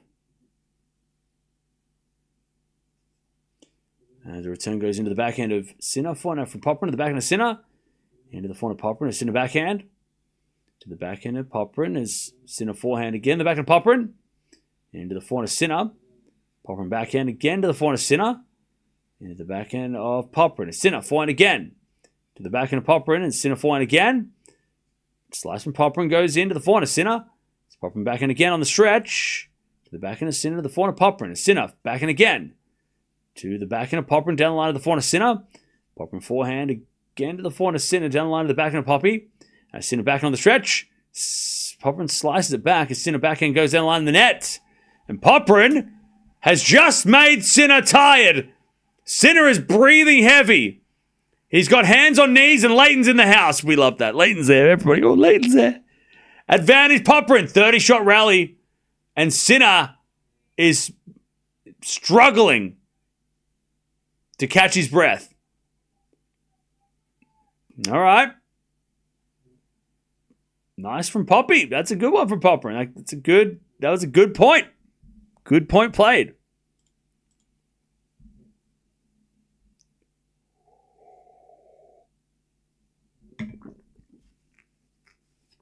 All right, advantage Popyrin. Sinner serves. A fault.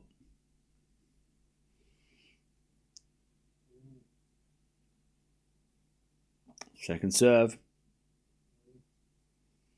Is an ace. Oh, Poppy cheated. He cheated. He went for the... He knows it too. He knows it too. So what he did was he was ready to go. He was like, I'm not going to hit a backhand. I'm going to run around my backhand and hit a forehand. So he took one step as Sinner was throwing the ball up. And then Sinner went, I'm going down the tee. So Popyrin went one way and Sinner went the other. And he's like, you got me. Had Poppy not have moved to the left, he might have got a racket to it. But Popyrin was like, I'm going to hit an inside-out forehand or I'm going to go down the line with a forehand on the second serve. And Sinner's like, no, you're not. Yeah, outfoxed by the fox. That's it. And Poppy knew it. As soon as he was like, oh, man, you got me. He got me. Deuce. Sinner serves into the forehand of Popyrin. Poppy in the net. Advantage Sinner.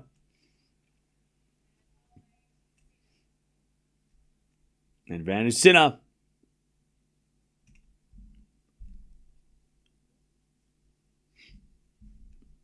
Advantage Sinner. You don't get it? I'll draw it on the board in a second. All right, Sinner serves. Into the forehand of Popyrin. Return. Goes out. And it's 4-2. All right. Let me just...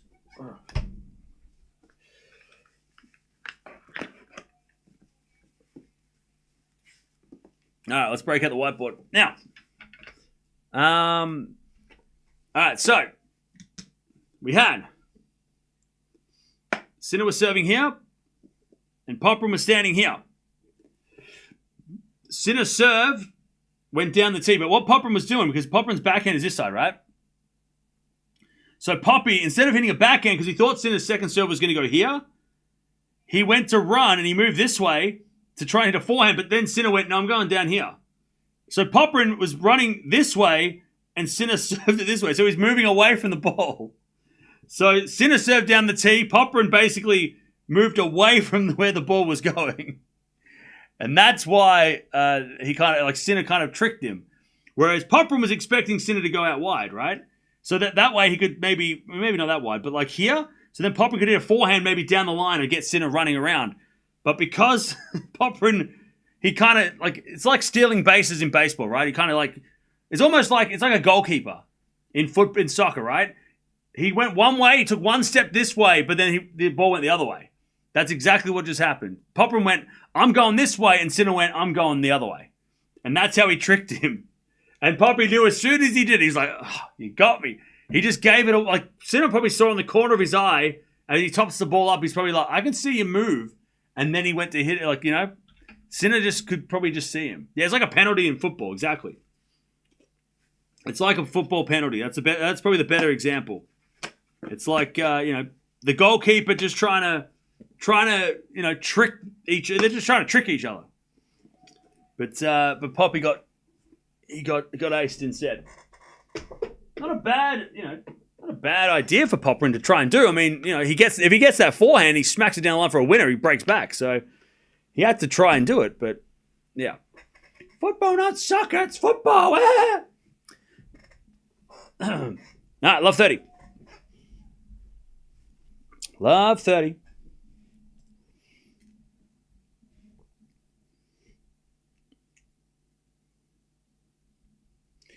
All right, Poppy in trouble here. Better go down a double break.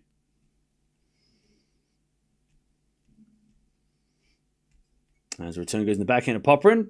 It's in a forehand. As Popyrin slice lob. Goes out. Love 40. Chapeau's up 2-1, by the way.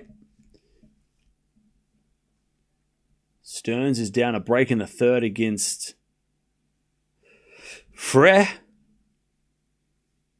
And also, Mukova won the first set against Castella. Love 40. Sinner for the double break.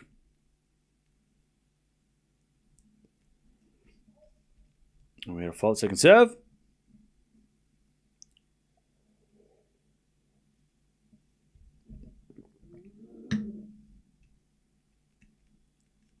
Serve to the corner. Sinner from Popyrin. In the net, there it is, 5-2.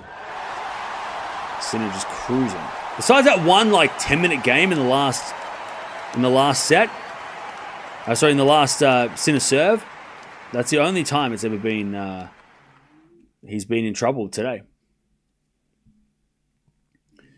All right.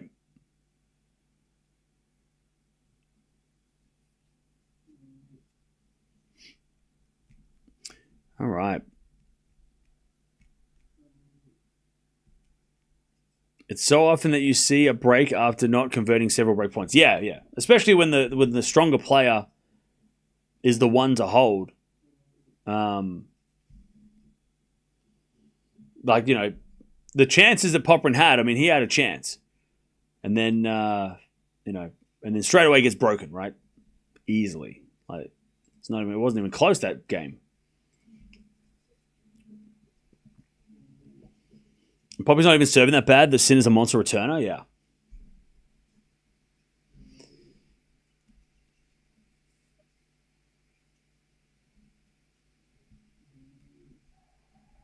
They're just showing that long 30-shot rally that Poppy won.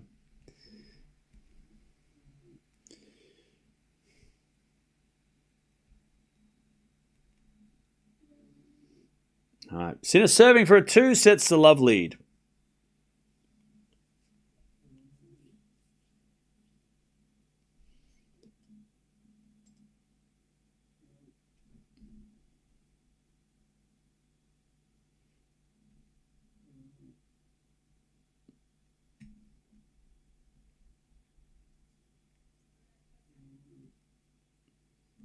All right.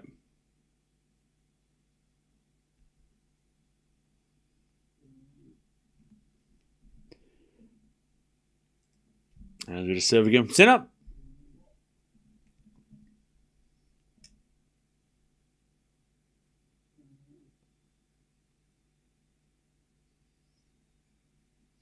As the return goes out by Popyrin. 15 love.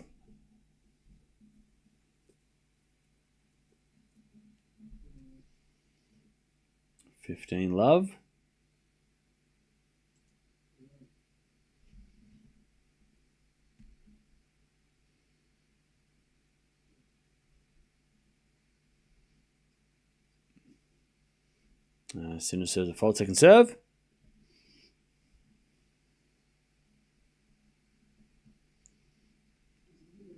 As the return goes in the forehand of Sinner. Sinner puts away the winner, 30 love. So Leighton and Ferreira are Popyrin's coaching team. So Leighton is not a coach of anyone. So what Leighton does, right? This is how Leighton well, maybe he coaches his son. He coaches his son, who might be playing I don't know if he's playing the US Open. I'm sure he will be. But because Leighton's the captain of the Davis Cup team, he will be at every single, and he takes it very serious, Leighton. No, I mean, David Ferrer does as well, but there's not too many Davis Cup captains that will go to every single match and try and pick, through the players and the best players. Actually, you know what? I lied, because Villandri also does it for Italy. He will be seen in a lot of the Italian players' matches to try and get an idea who's playing well right now. Obviously, Sinner's going to be in the team, but who else is playing well right now? So that's what Leighton will be doing as well. He'll be recruiting to see, okay, how's Popyrin playing? How's, Thompson playing? How's de Minaur playing? All these players.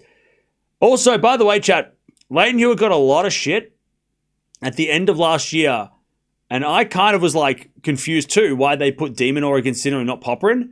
This is kind of vindication, because I don't know if Poppy would have done any better than de Minaur against Sinner. If we're watching this, 40-15.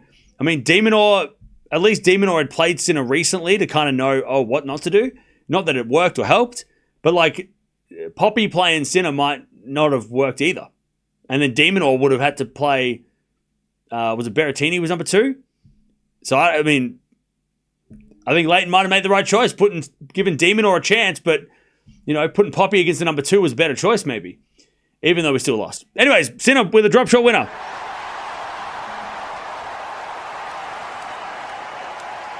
All right. Yeah, Hewitt is scouting the talent, because what we've got, right, in the Davis Cup coming up, it's a Davis Cup straight after, and it's in Melbourne, it's in Sydney, in Australia. So for the first time in a Davis Cup match in September is happening in Australia, because they're going back to that kind of older format. So Poppy's number 2. Poppy's not playing. What? Popyrin's not playing? That's crazy. Is he really not playing? Apparently not. It's Vukic, de Minaur, and then Ebden Piers in the doubles.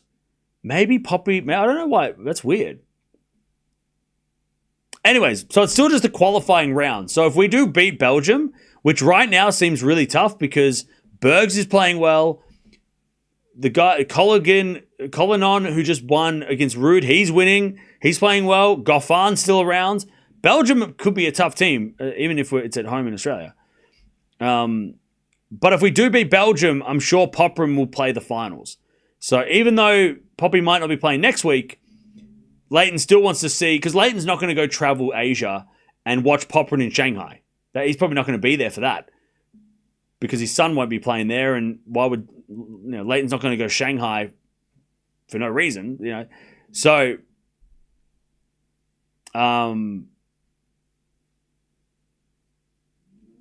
so that's why Leighton's looking, and you'll see Leighton at pretty much all the Aussies, right? He'll be watching. He probably watched Thompson at when he played the other day. He's probably going to go watch Schoolcate versus Bublik at some point today, because they're playing today. I don't know if he watched Walton. de Minaur's playing later. We watched de Minaur, of course. So he's probably been to a few of those matches already. Leighton does that. He does it every slam. He does it Wimbledon. He does it US Open. He does it Australian Open. He will float around the Australians, the Aussie men, to get an idea of who to pick for the teams. Two sets of love.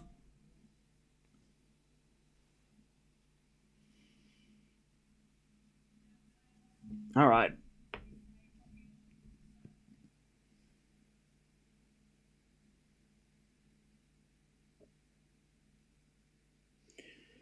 Popyrin said during the press conference that he knew how to beat Sinner.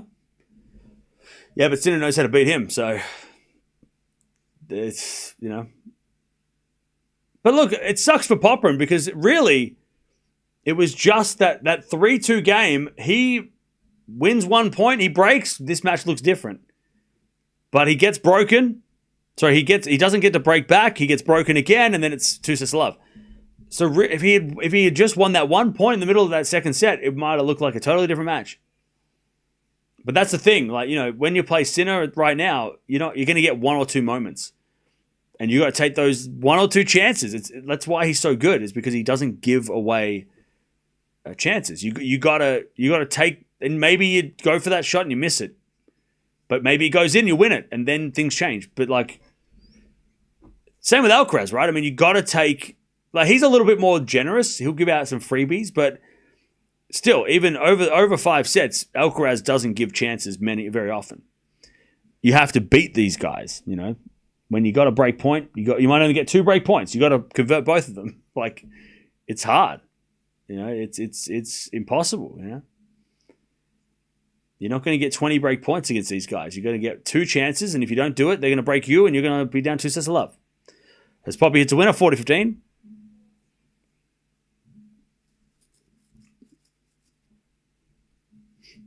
40-15.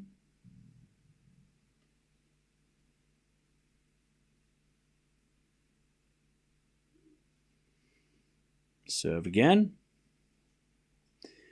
Into the back and a Sinner. It's a good deep return, and Popyrin hits it wide.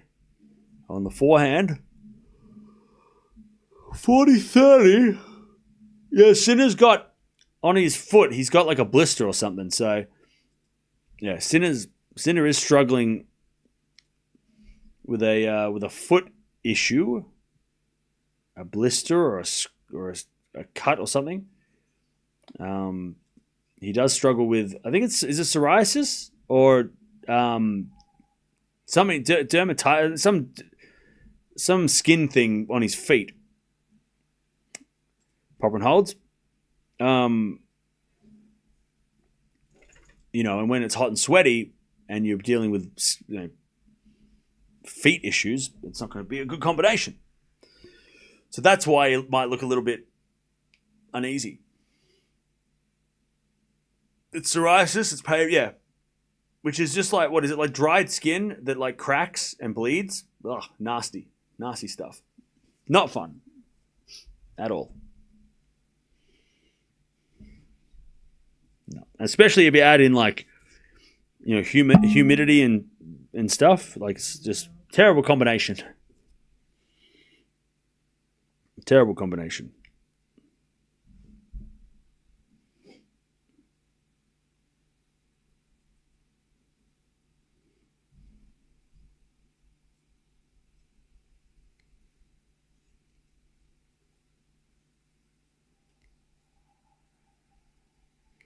All right. Love 15, Poppy.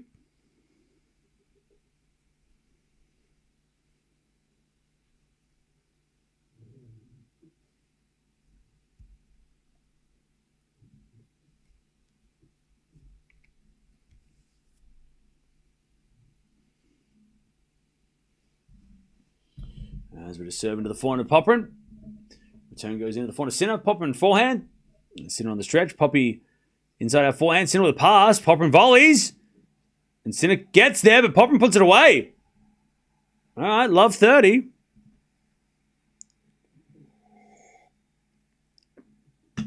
Cliff Drysdale is commentating the Venus and Layla doubles.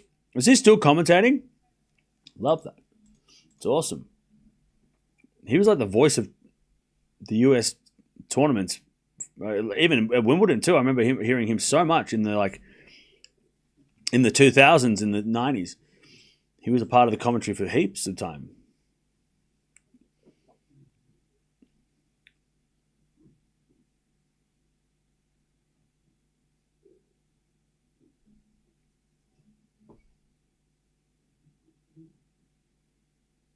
All right, love 30.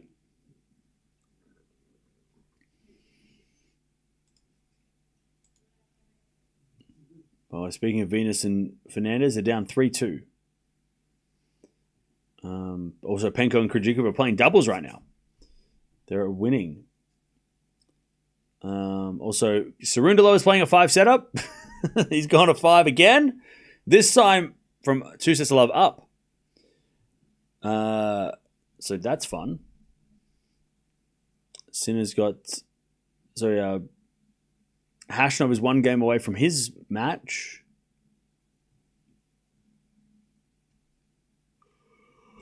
Ah, 15-30. Sinner serves a fault. Second serve. Can we sign up for Sinner versus Alcaraz final? Or is it too soon? I think it's a little too soon. I still think there is... And look, I know anybody can beat anybody and blah, blah, blah, blah. But realistically, the only player that I think might trouble Sinner to the final is Zverev on a very good day. Because history shows that Zverev consistently has pushed Sinner. Not this round up in this year, but if you look at, years past, he has pushed Sinner.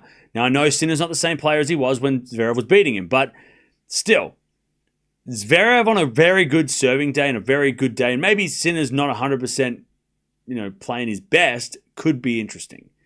I know Bublik beat Sinner, but is Bublik going to beat Sinner in 5 sets on a hard court?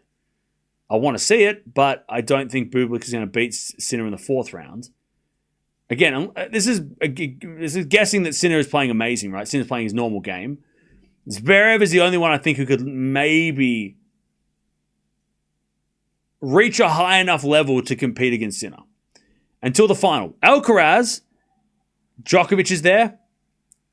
Definitely. I know Djokovic lost a set yesterday, but Djokovic still is... he beat Alcaraz in Australia, so, you got to consider that.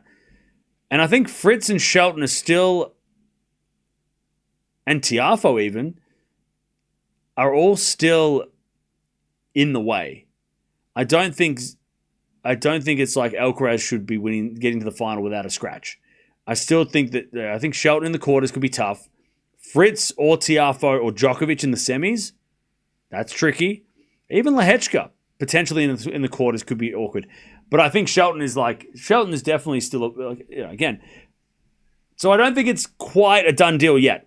There's still some matches there where both guys have to, they can't slip.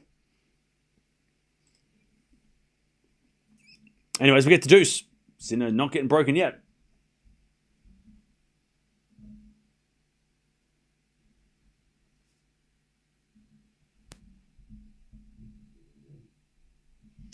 All right.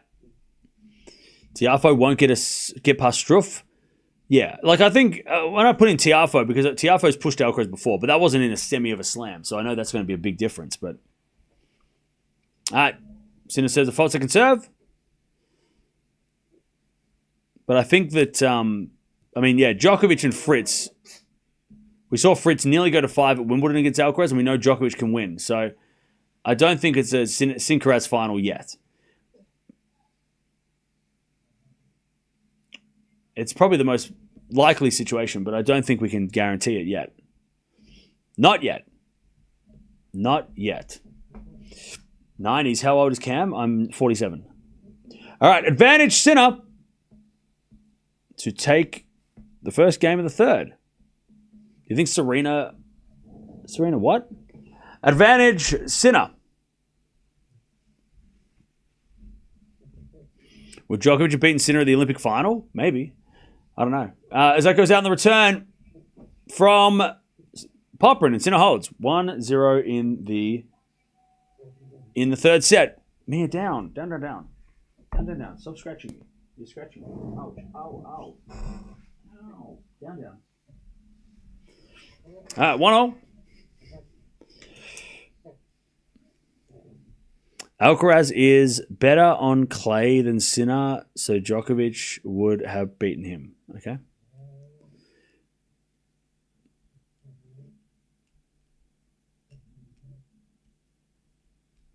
All right, back to Poppy. 1-1. Good serve down the tee. Return goes in the forehand of Popyrin. But Poppy's forehand goes wide. Love 15. Love 15. I'm starting to get hungry, chat. Only been live for 4.5 hours.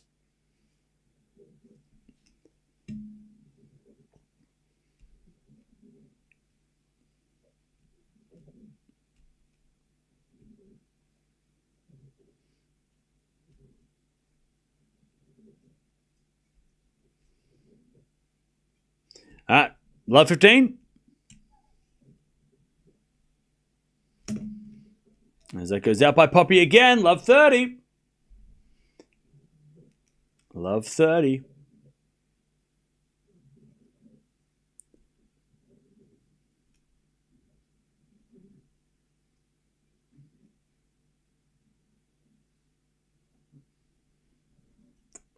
As a default second serve.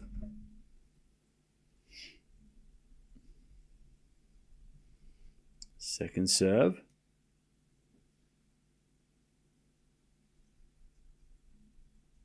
As the return goes out from Popyrin. All right, love 40.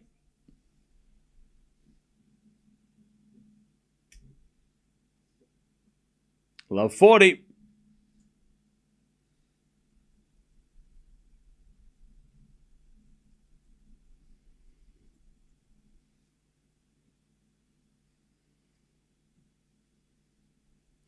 As the return goes into the back of Poppy. Poppy in the net. There it is. Break Sinner. 2-1. Sinner in the third. Cam is a 137-year-old vampire.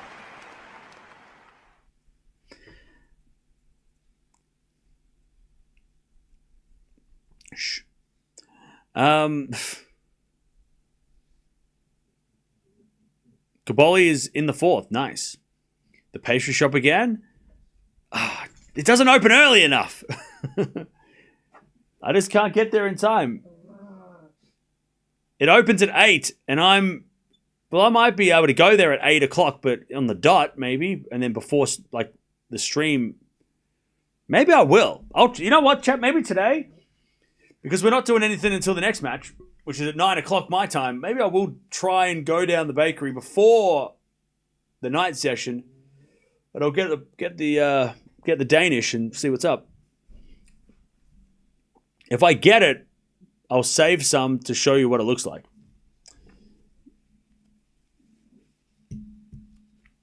All right.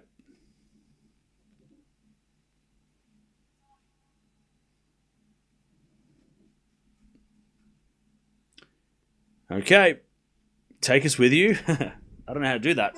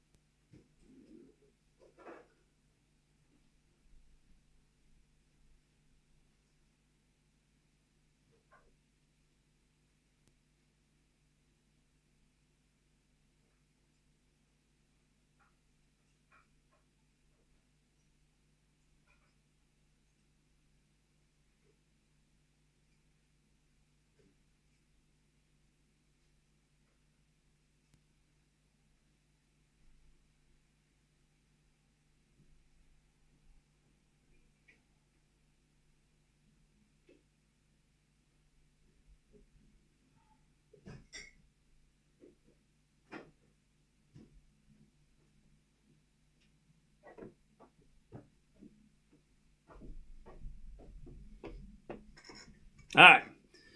15 love.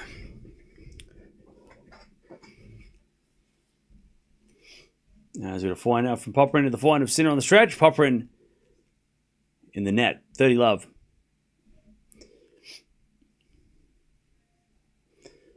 $30 love.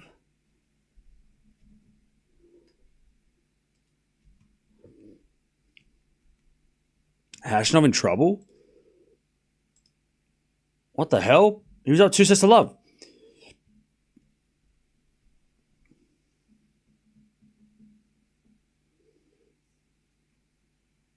40 love, Sinner. 40 love.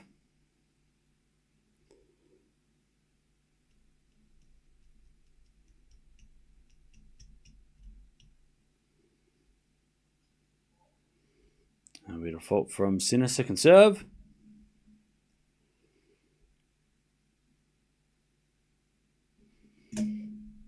Double fault, Sinner. 40-15.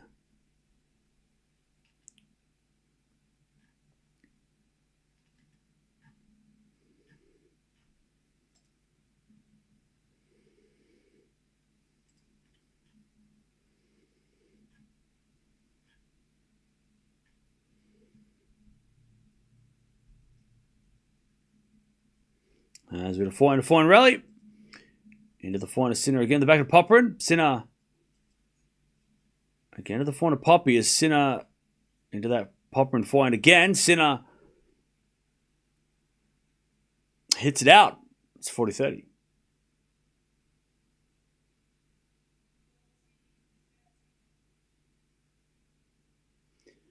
$40-30.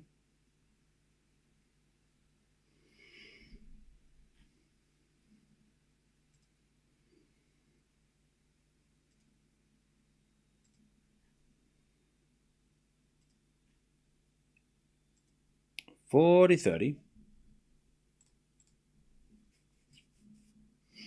By the way, remember it's at 300 likes. And Sinner holds.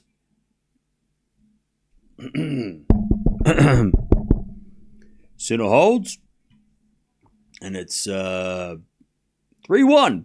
3-1. 3-1.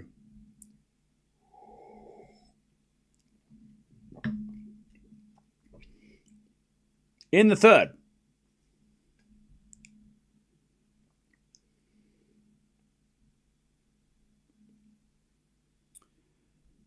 Sinner always does this. He's a great front runner, yeah.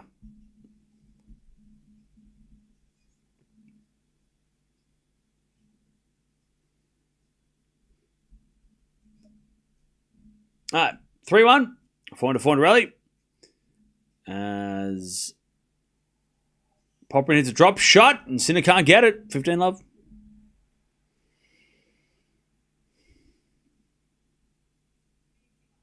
$15 love.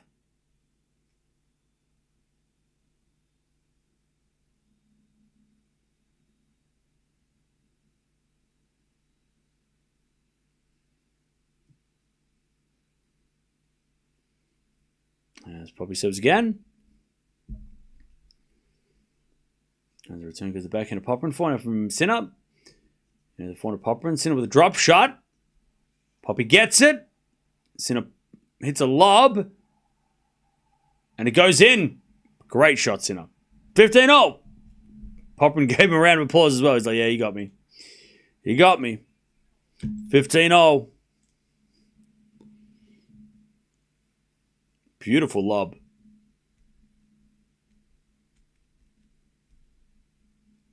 $15-0.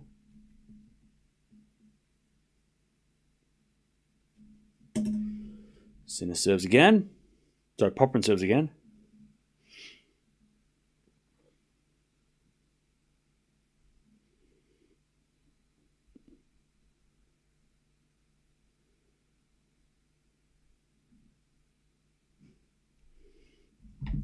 As we're back in for Popyrin slice. Into the back of Sinner. Poppy volleys. Sinner forehand. Poppy volleys. A winner. 30-15. Sinner's just too good, so good. Popyrin is good too, but Sinner's just amazing. Oh, yeah. And look, chat, this is the thing. Had Popyrin been seeded, this match wouldn't have happened for at least another round. Let me check. Who's the 32nd seed and where are they in the draw? So Popyrin would have had to play Alcaraz. Had he have been the 32nd seed. As Sinner hits a backhand winner down the line, 30-0. Had he been the 31st seed, he would have had to play he wouldn't have had to play. I mean, that's the thing. Draper would have been the third round opponent. So had Popyrin not have been, had it been the 31st seed and taken Diallo's spot, it would have been a lot better. And Musetti fourth round. So Popyrin could have made the fourth round. But then he was unseeded. I mean, look, to be honest, he could have been unseeded and played anybody, not a seed. He could have been like, he could have played, Demonor in the second round or Cerundolo in the second round and gone on a run or something, Or he could have played, anybody else in the second round. But again, that's what happens when you're unseeded. You just there's no guarantee you're going to get it's guaranteed in the first round or two you're going to play a seed or you're going to set up a seed. Now, of course, if the seed loses the first round, you might avoid them. But again, it's he could have even been put in like in the Fritz or the Djokovic section. He probably would have liked his chances. But playing Sinner right now on hard courts, him and Alcaraz, you want to avoid them at all costs if you can. And being seeded might have helped, maybe. But then again, maybe it would have just delayed for another round. And he might have played a third round. He might have been playing against these guys. But yeah. 30-40. And it sucks because Popyrin's going to lose points from this because he made the quarterfinals last year. Backhand rally or the fourth round last year? Is it a backhand now to the volley of Popyrin? Sinner gets it with a slice, but Sinner didn't get there. We have to deuce. Wait, did Popyrin make the quarters? No, fourth round. Fourth round. He lost to... he lost to Tiafoe. Yeah. In 4.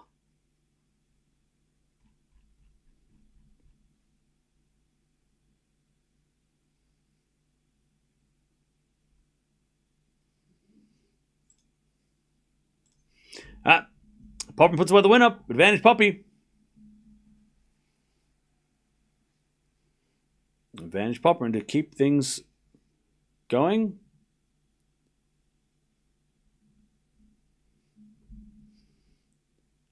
So we've got 2 5-setters going on at the moment with Reedy and Cerundolo and Hashanov and My Shack.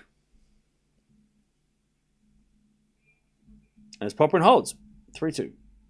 Also, Sigamunda's got match point. Castells up a break in the second after losing the first against Mukova. Poppy holds.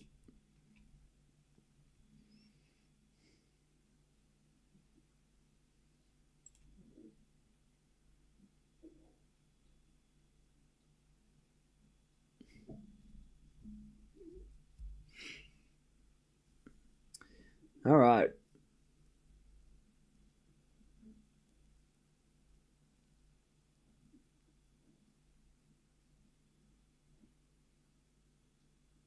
Ostapenko's in a third set for the doubles. Yeah. And Venus Fernandez are 5-all in their first set. So they came back from a break. All right. Sinner with a 2 sets of love lead and a break. Popyrin's still keeping it interesting for now. Cam, it's my shack. I know, that's what I said. I'm pretty sure I said that.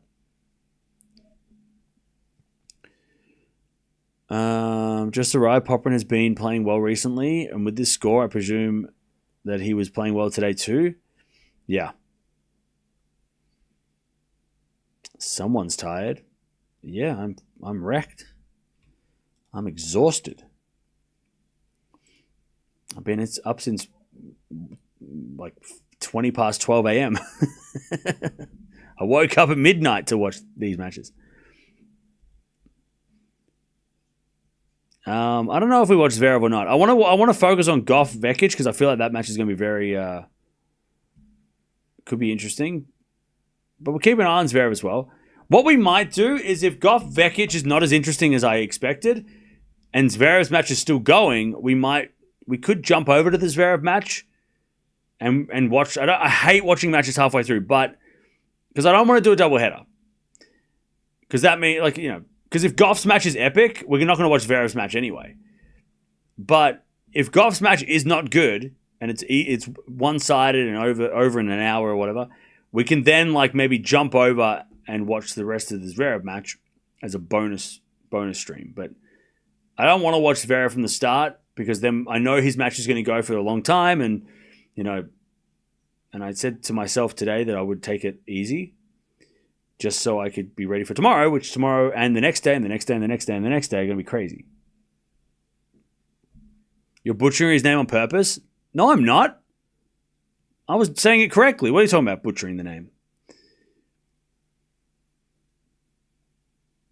You work the day and the night shift. Yeah. I work 24 hours. Yeah. Can you grab a power nap? Nah. I don't need a power Power naps just will mess me up. I don't want to mess up my schedule. 400 rally. $15. Popyrin slice. Into the forward Sinner. Sinner punching away. I'm sure that one of these days I won't have to wake up at midnight and watch the first match. One of these days the schedule's going to be a little nicer.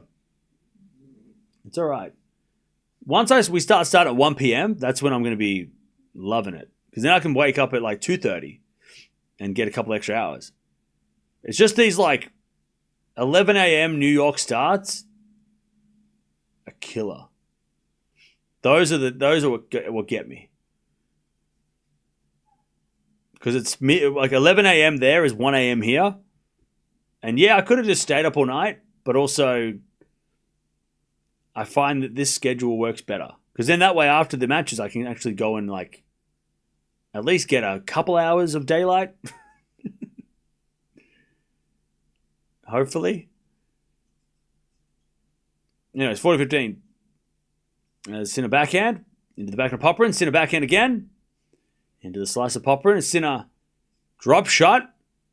Poppy gets it with a slice, but it's in the net. 4-2. Did I get the meatball sub? Yeah, I did. It was delicious.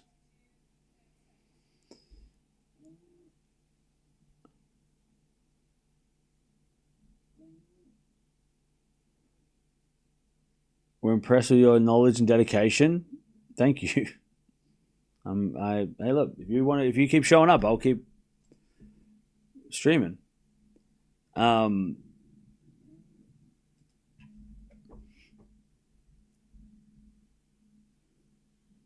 right. 4-2 Sinner.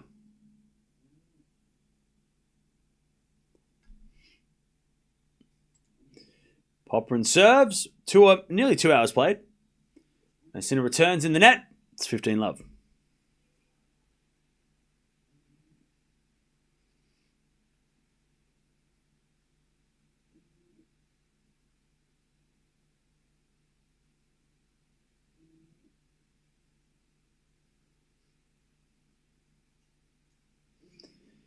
As the return goes in the front of Poppy, and Poppy hits out. 15-all.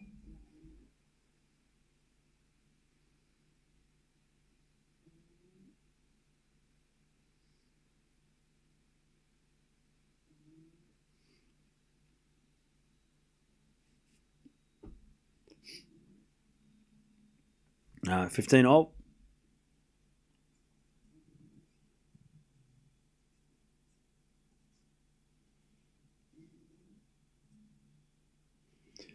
As Sinner forehand to the back of Popyrin. Poppy hits it long. 15-30. Can we go straight to the men's final?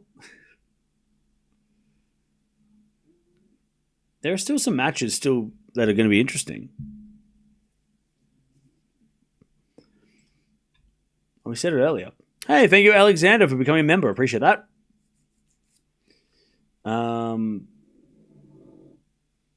By the way, Siegmund has not won yet. Shapo's 2 points away from winning as well. 400 rally. Popyrin volleys at a winner. 30-all. That was an important volley. 30-all.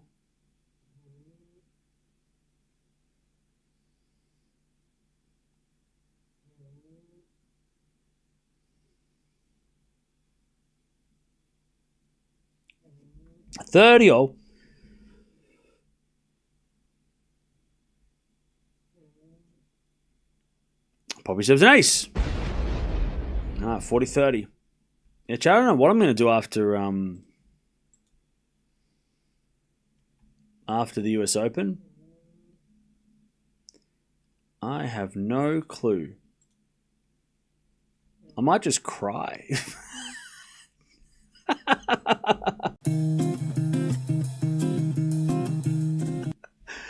I was a joke, all right? I'll be fine. Everything's fine. I was just kidding. 40-30. That was a joke. As that goes up on Popper and Deuce. I'll find an activity. I'll get a hobby or something. It's fine. I'll go outside or something.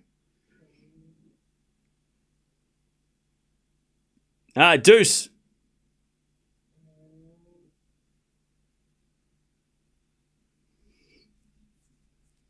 And as Popper says, the fault second serve.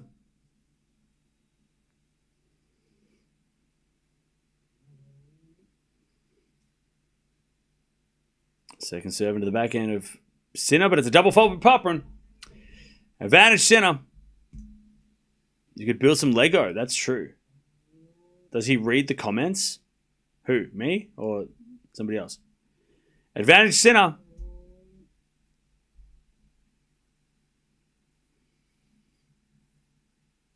Advantage Sinner for the double break and serve of the match. First serve is a fault, second serve.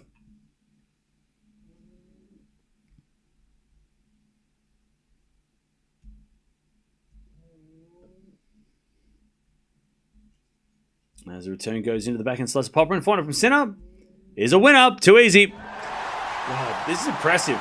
I know when the draw come out, we thought, hey, Popper dangerous. But Sinner's just picking him apart.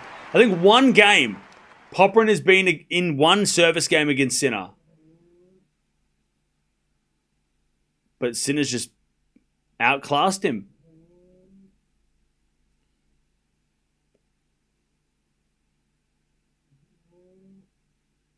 What is your nationality? I am Australian.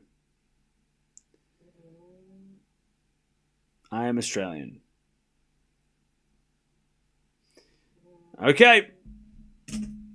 Sinner will serve for the match. We've still got 3 hours till the next one. It's because they've changed the sessions at the daytime. That's why it feels like we've just been having these massive 3-hour breaks between day and night. Hey, thank you, Hugo. Appreciate it. Hopefully you're having a good day. Nice kangaroo. It's a dog. Chapo wins. Nice. So wait, winner of this plays Chapo? Ooh. Winner of this plays Shapovalov. We haven't watched Chapo in a minute. We love watching Chapo. Chapo versus Sinner. Let's have it. Not easy. Chapo can do damage, but can he beat Sinner? I don't know.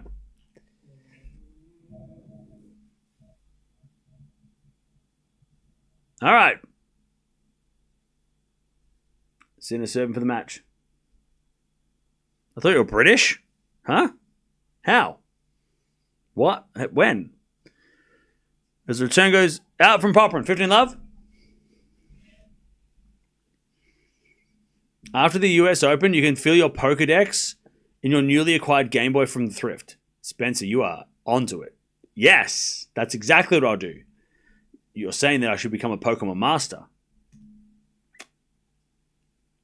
Well, I just might do that. Maybe after the US Open, I will achieve my dreams. And I will become a Pokemon master.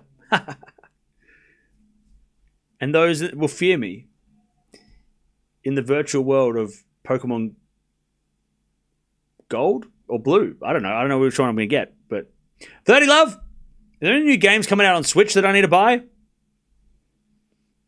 Find love.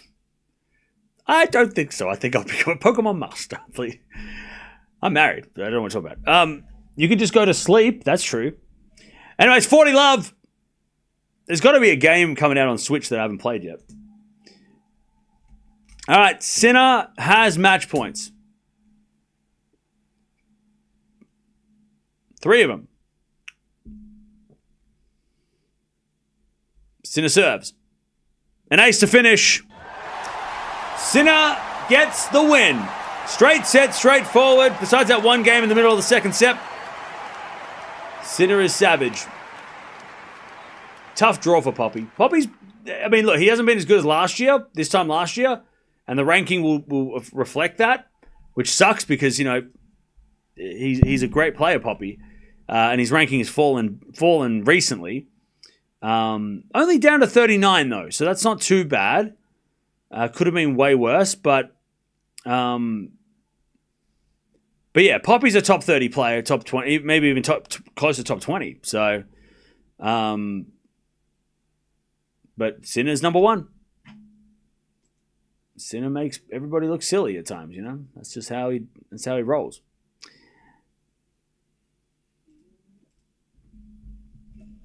All right. Sinner will cook Chapo, maybe.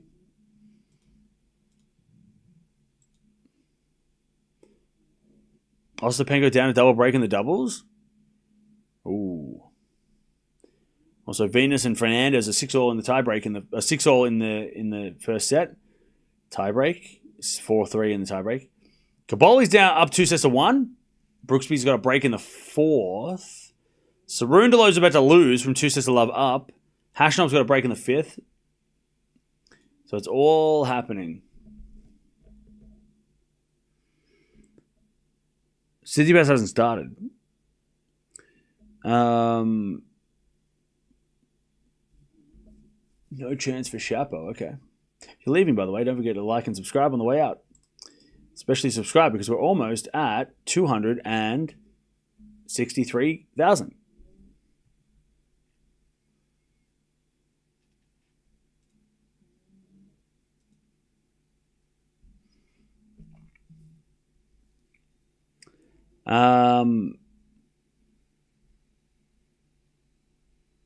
Popyrin dropped Djokovic last year. He's a great player for sure. Wonder if Musetti could surprise us with semis. Maybe. I sent you something. What's up?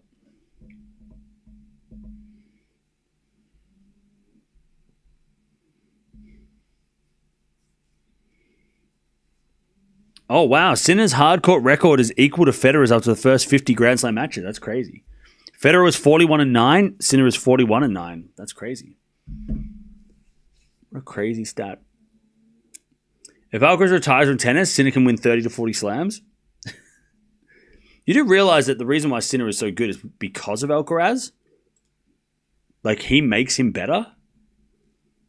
Like, if you take Alcaraz out of it, then why would Sinner doesn't have to be that as good as he is?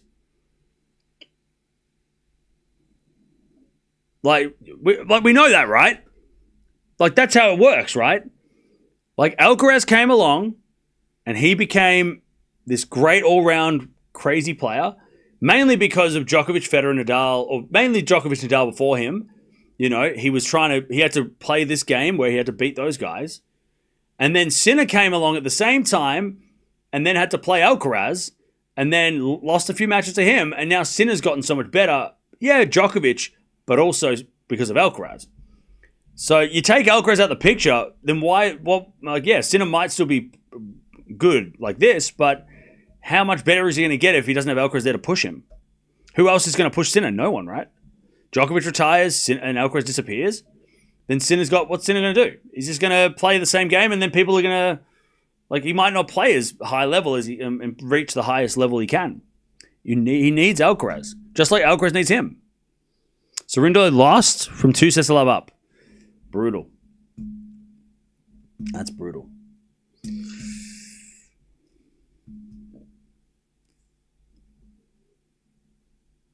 Remember when I said that Alexei's going to win 6 games? No, I don't, but there you go.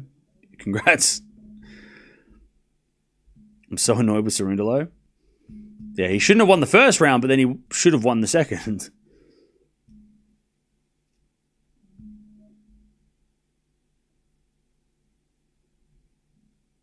Oh, Venus and Fernandez won the first set. Nice. Love that. Good news for Zverev. Cerundolo lost, yeah.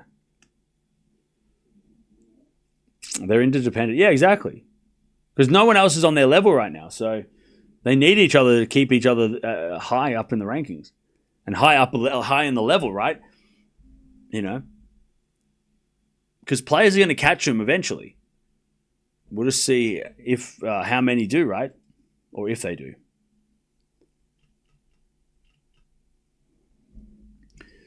This whole generation a work in progress. The best matches are yet to come. Yeah, exactly. I slightly disagree. Sinner pushes himself like a lot. Yeah, I have no doubt. But like, there's going to be a ceiling if you don't have someone else to push you. Right? Like, if you look at the history of tennis, right? No one has ever solely dominated except for Serena in recent times. But you look back at even to like the start of the Open era, Laver still had to play against Rosewall, right? And Emerson, right? You had in the 90s, or sorry, in the 70s, you know, you had Connors, Borg, McEnroe, they all push each other, right?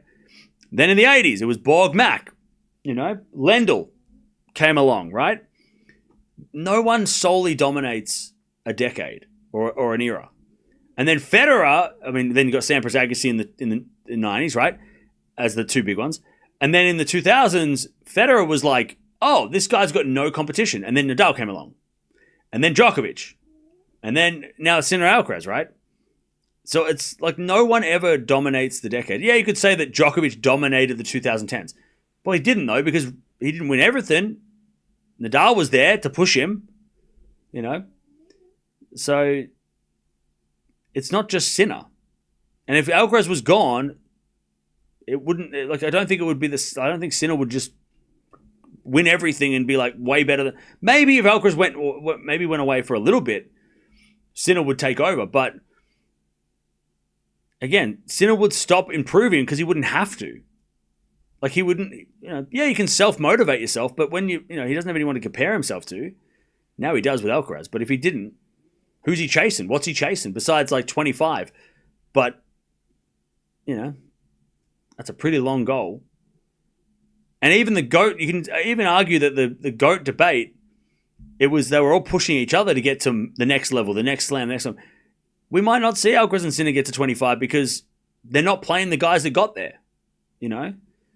Sampras got to 14, which was 2 more than the record at the time, right? But he wasn't pushing against somebody else to get to that record, except maybe Agassi, maybe. But Agassi got to, 8? So once he got to that 13 and then he finally won that 14th, you know, he's like, well, I did that. But he didn't have anyone else who was like, he was chasing that record down with. That's what the 3 GOATs did. They had, all 3 of them were trying to get to that record. Whereas I don't know if Alcaraz and Sinner will be able to do it.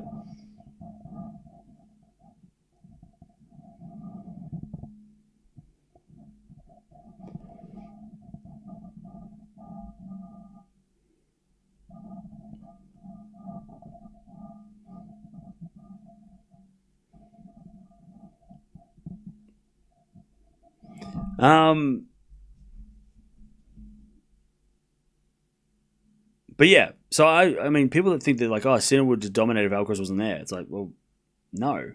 Also, Sinner would probably get bored.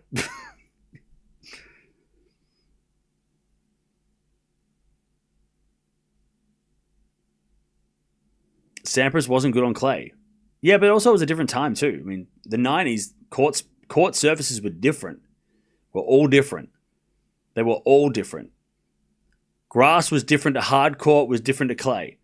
Whereas now, grass is similar to hard court and they're all getting slow as clay. Like, you know, Australian Open might be the fastest surface on a hot day, right?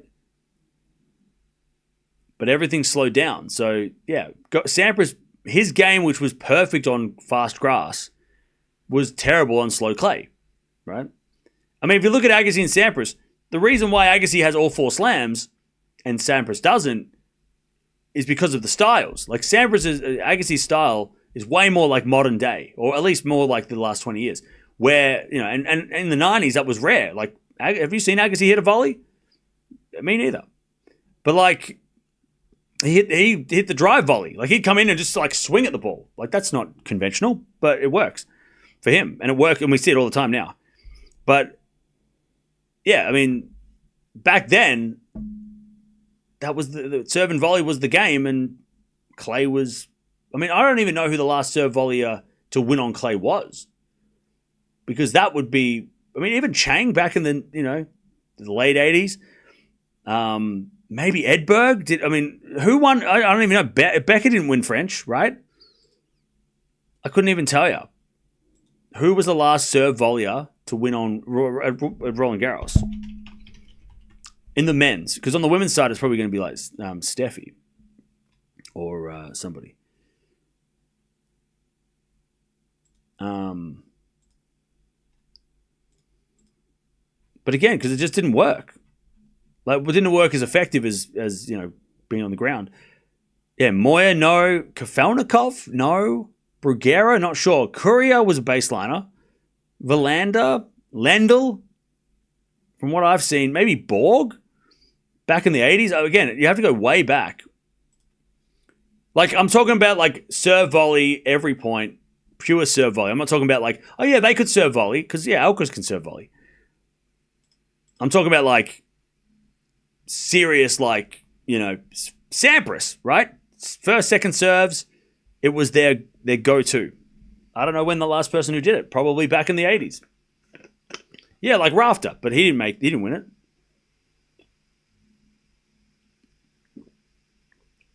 Agassi said he only goes to the net, shake hands. I love that. I love that from Agassi.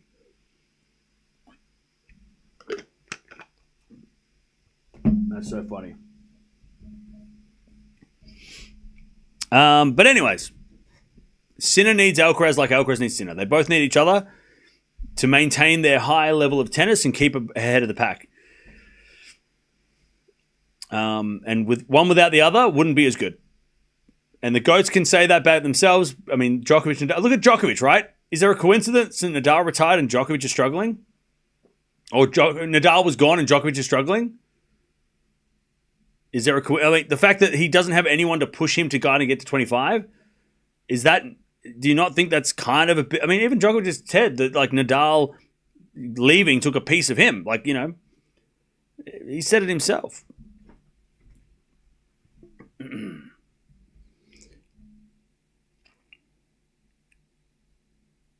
Sampras never won the French Open or Olympics, and Agassi won all of them. Yeah. Anyways, I'm out of here. We got 2.5 hours for the next match. And we're one subscriber away from 230. What is it? 263. We got Gauff taking on Vekic, so I'm going to send you over there. I'm going to use this opportunity to eat some food. Yeah, Jannik Sinner was the last pure serve volley to win the French. Yeah, that was like in the 80s too, so that's way back. So you got to go way back. But yeah, anyways, we'll be back in a couple hours. Gauff versus Vekic. And then we will also keep an eye on Zverev. I don't notice that that's going backwards. Hey, come back. Where are you going? What the hell? Where'd you go? Where'd you leave? Bro just wrote... Oh no, chat. This is the start of the end. All right. Here we go, chat. This is the back. We're going backwards now. Okay. All right. I see what's going on. All right. We've peaked. This is, chat, remember this moment. Sinner Popyrin 2025 US Open second round was when we peaked. And now it's all going backwards. Oh, no. Oh, Jesus. I'm going to go get some food. I'll see you guys in a little bit. Sinner wins 3-2-2. And he's into the third round. He's going to play Shapovalov. I'll see you guys in a few hours. Please stop unsubscribing, please.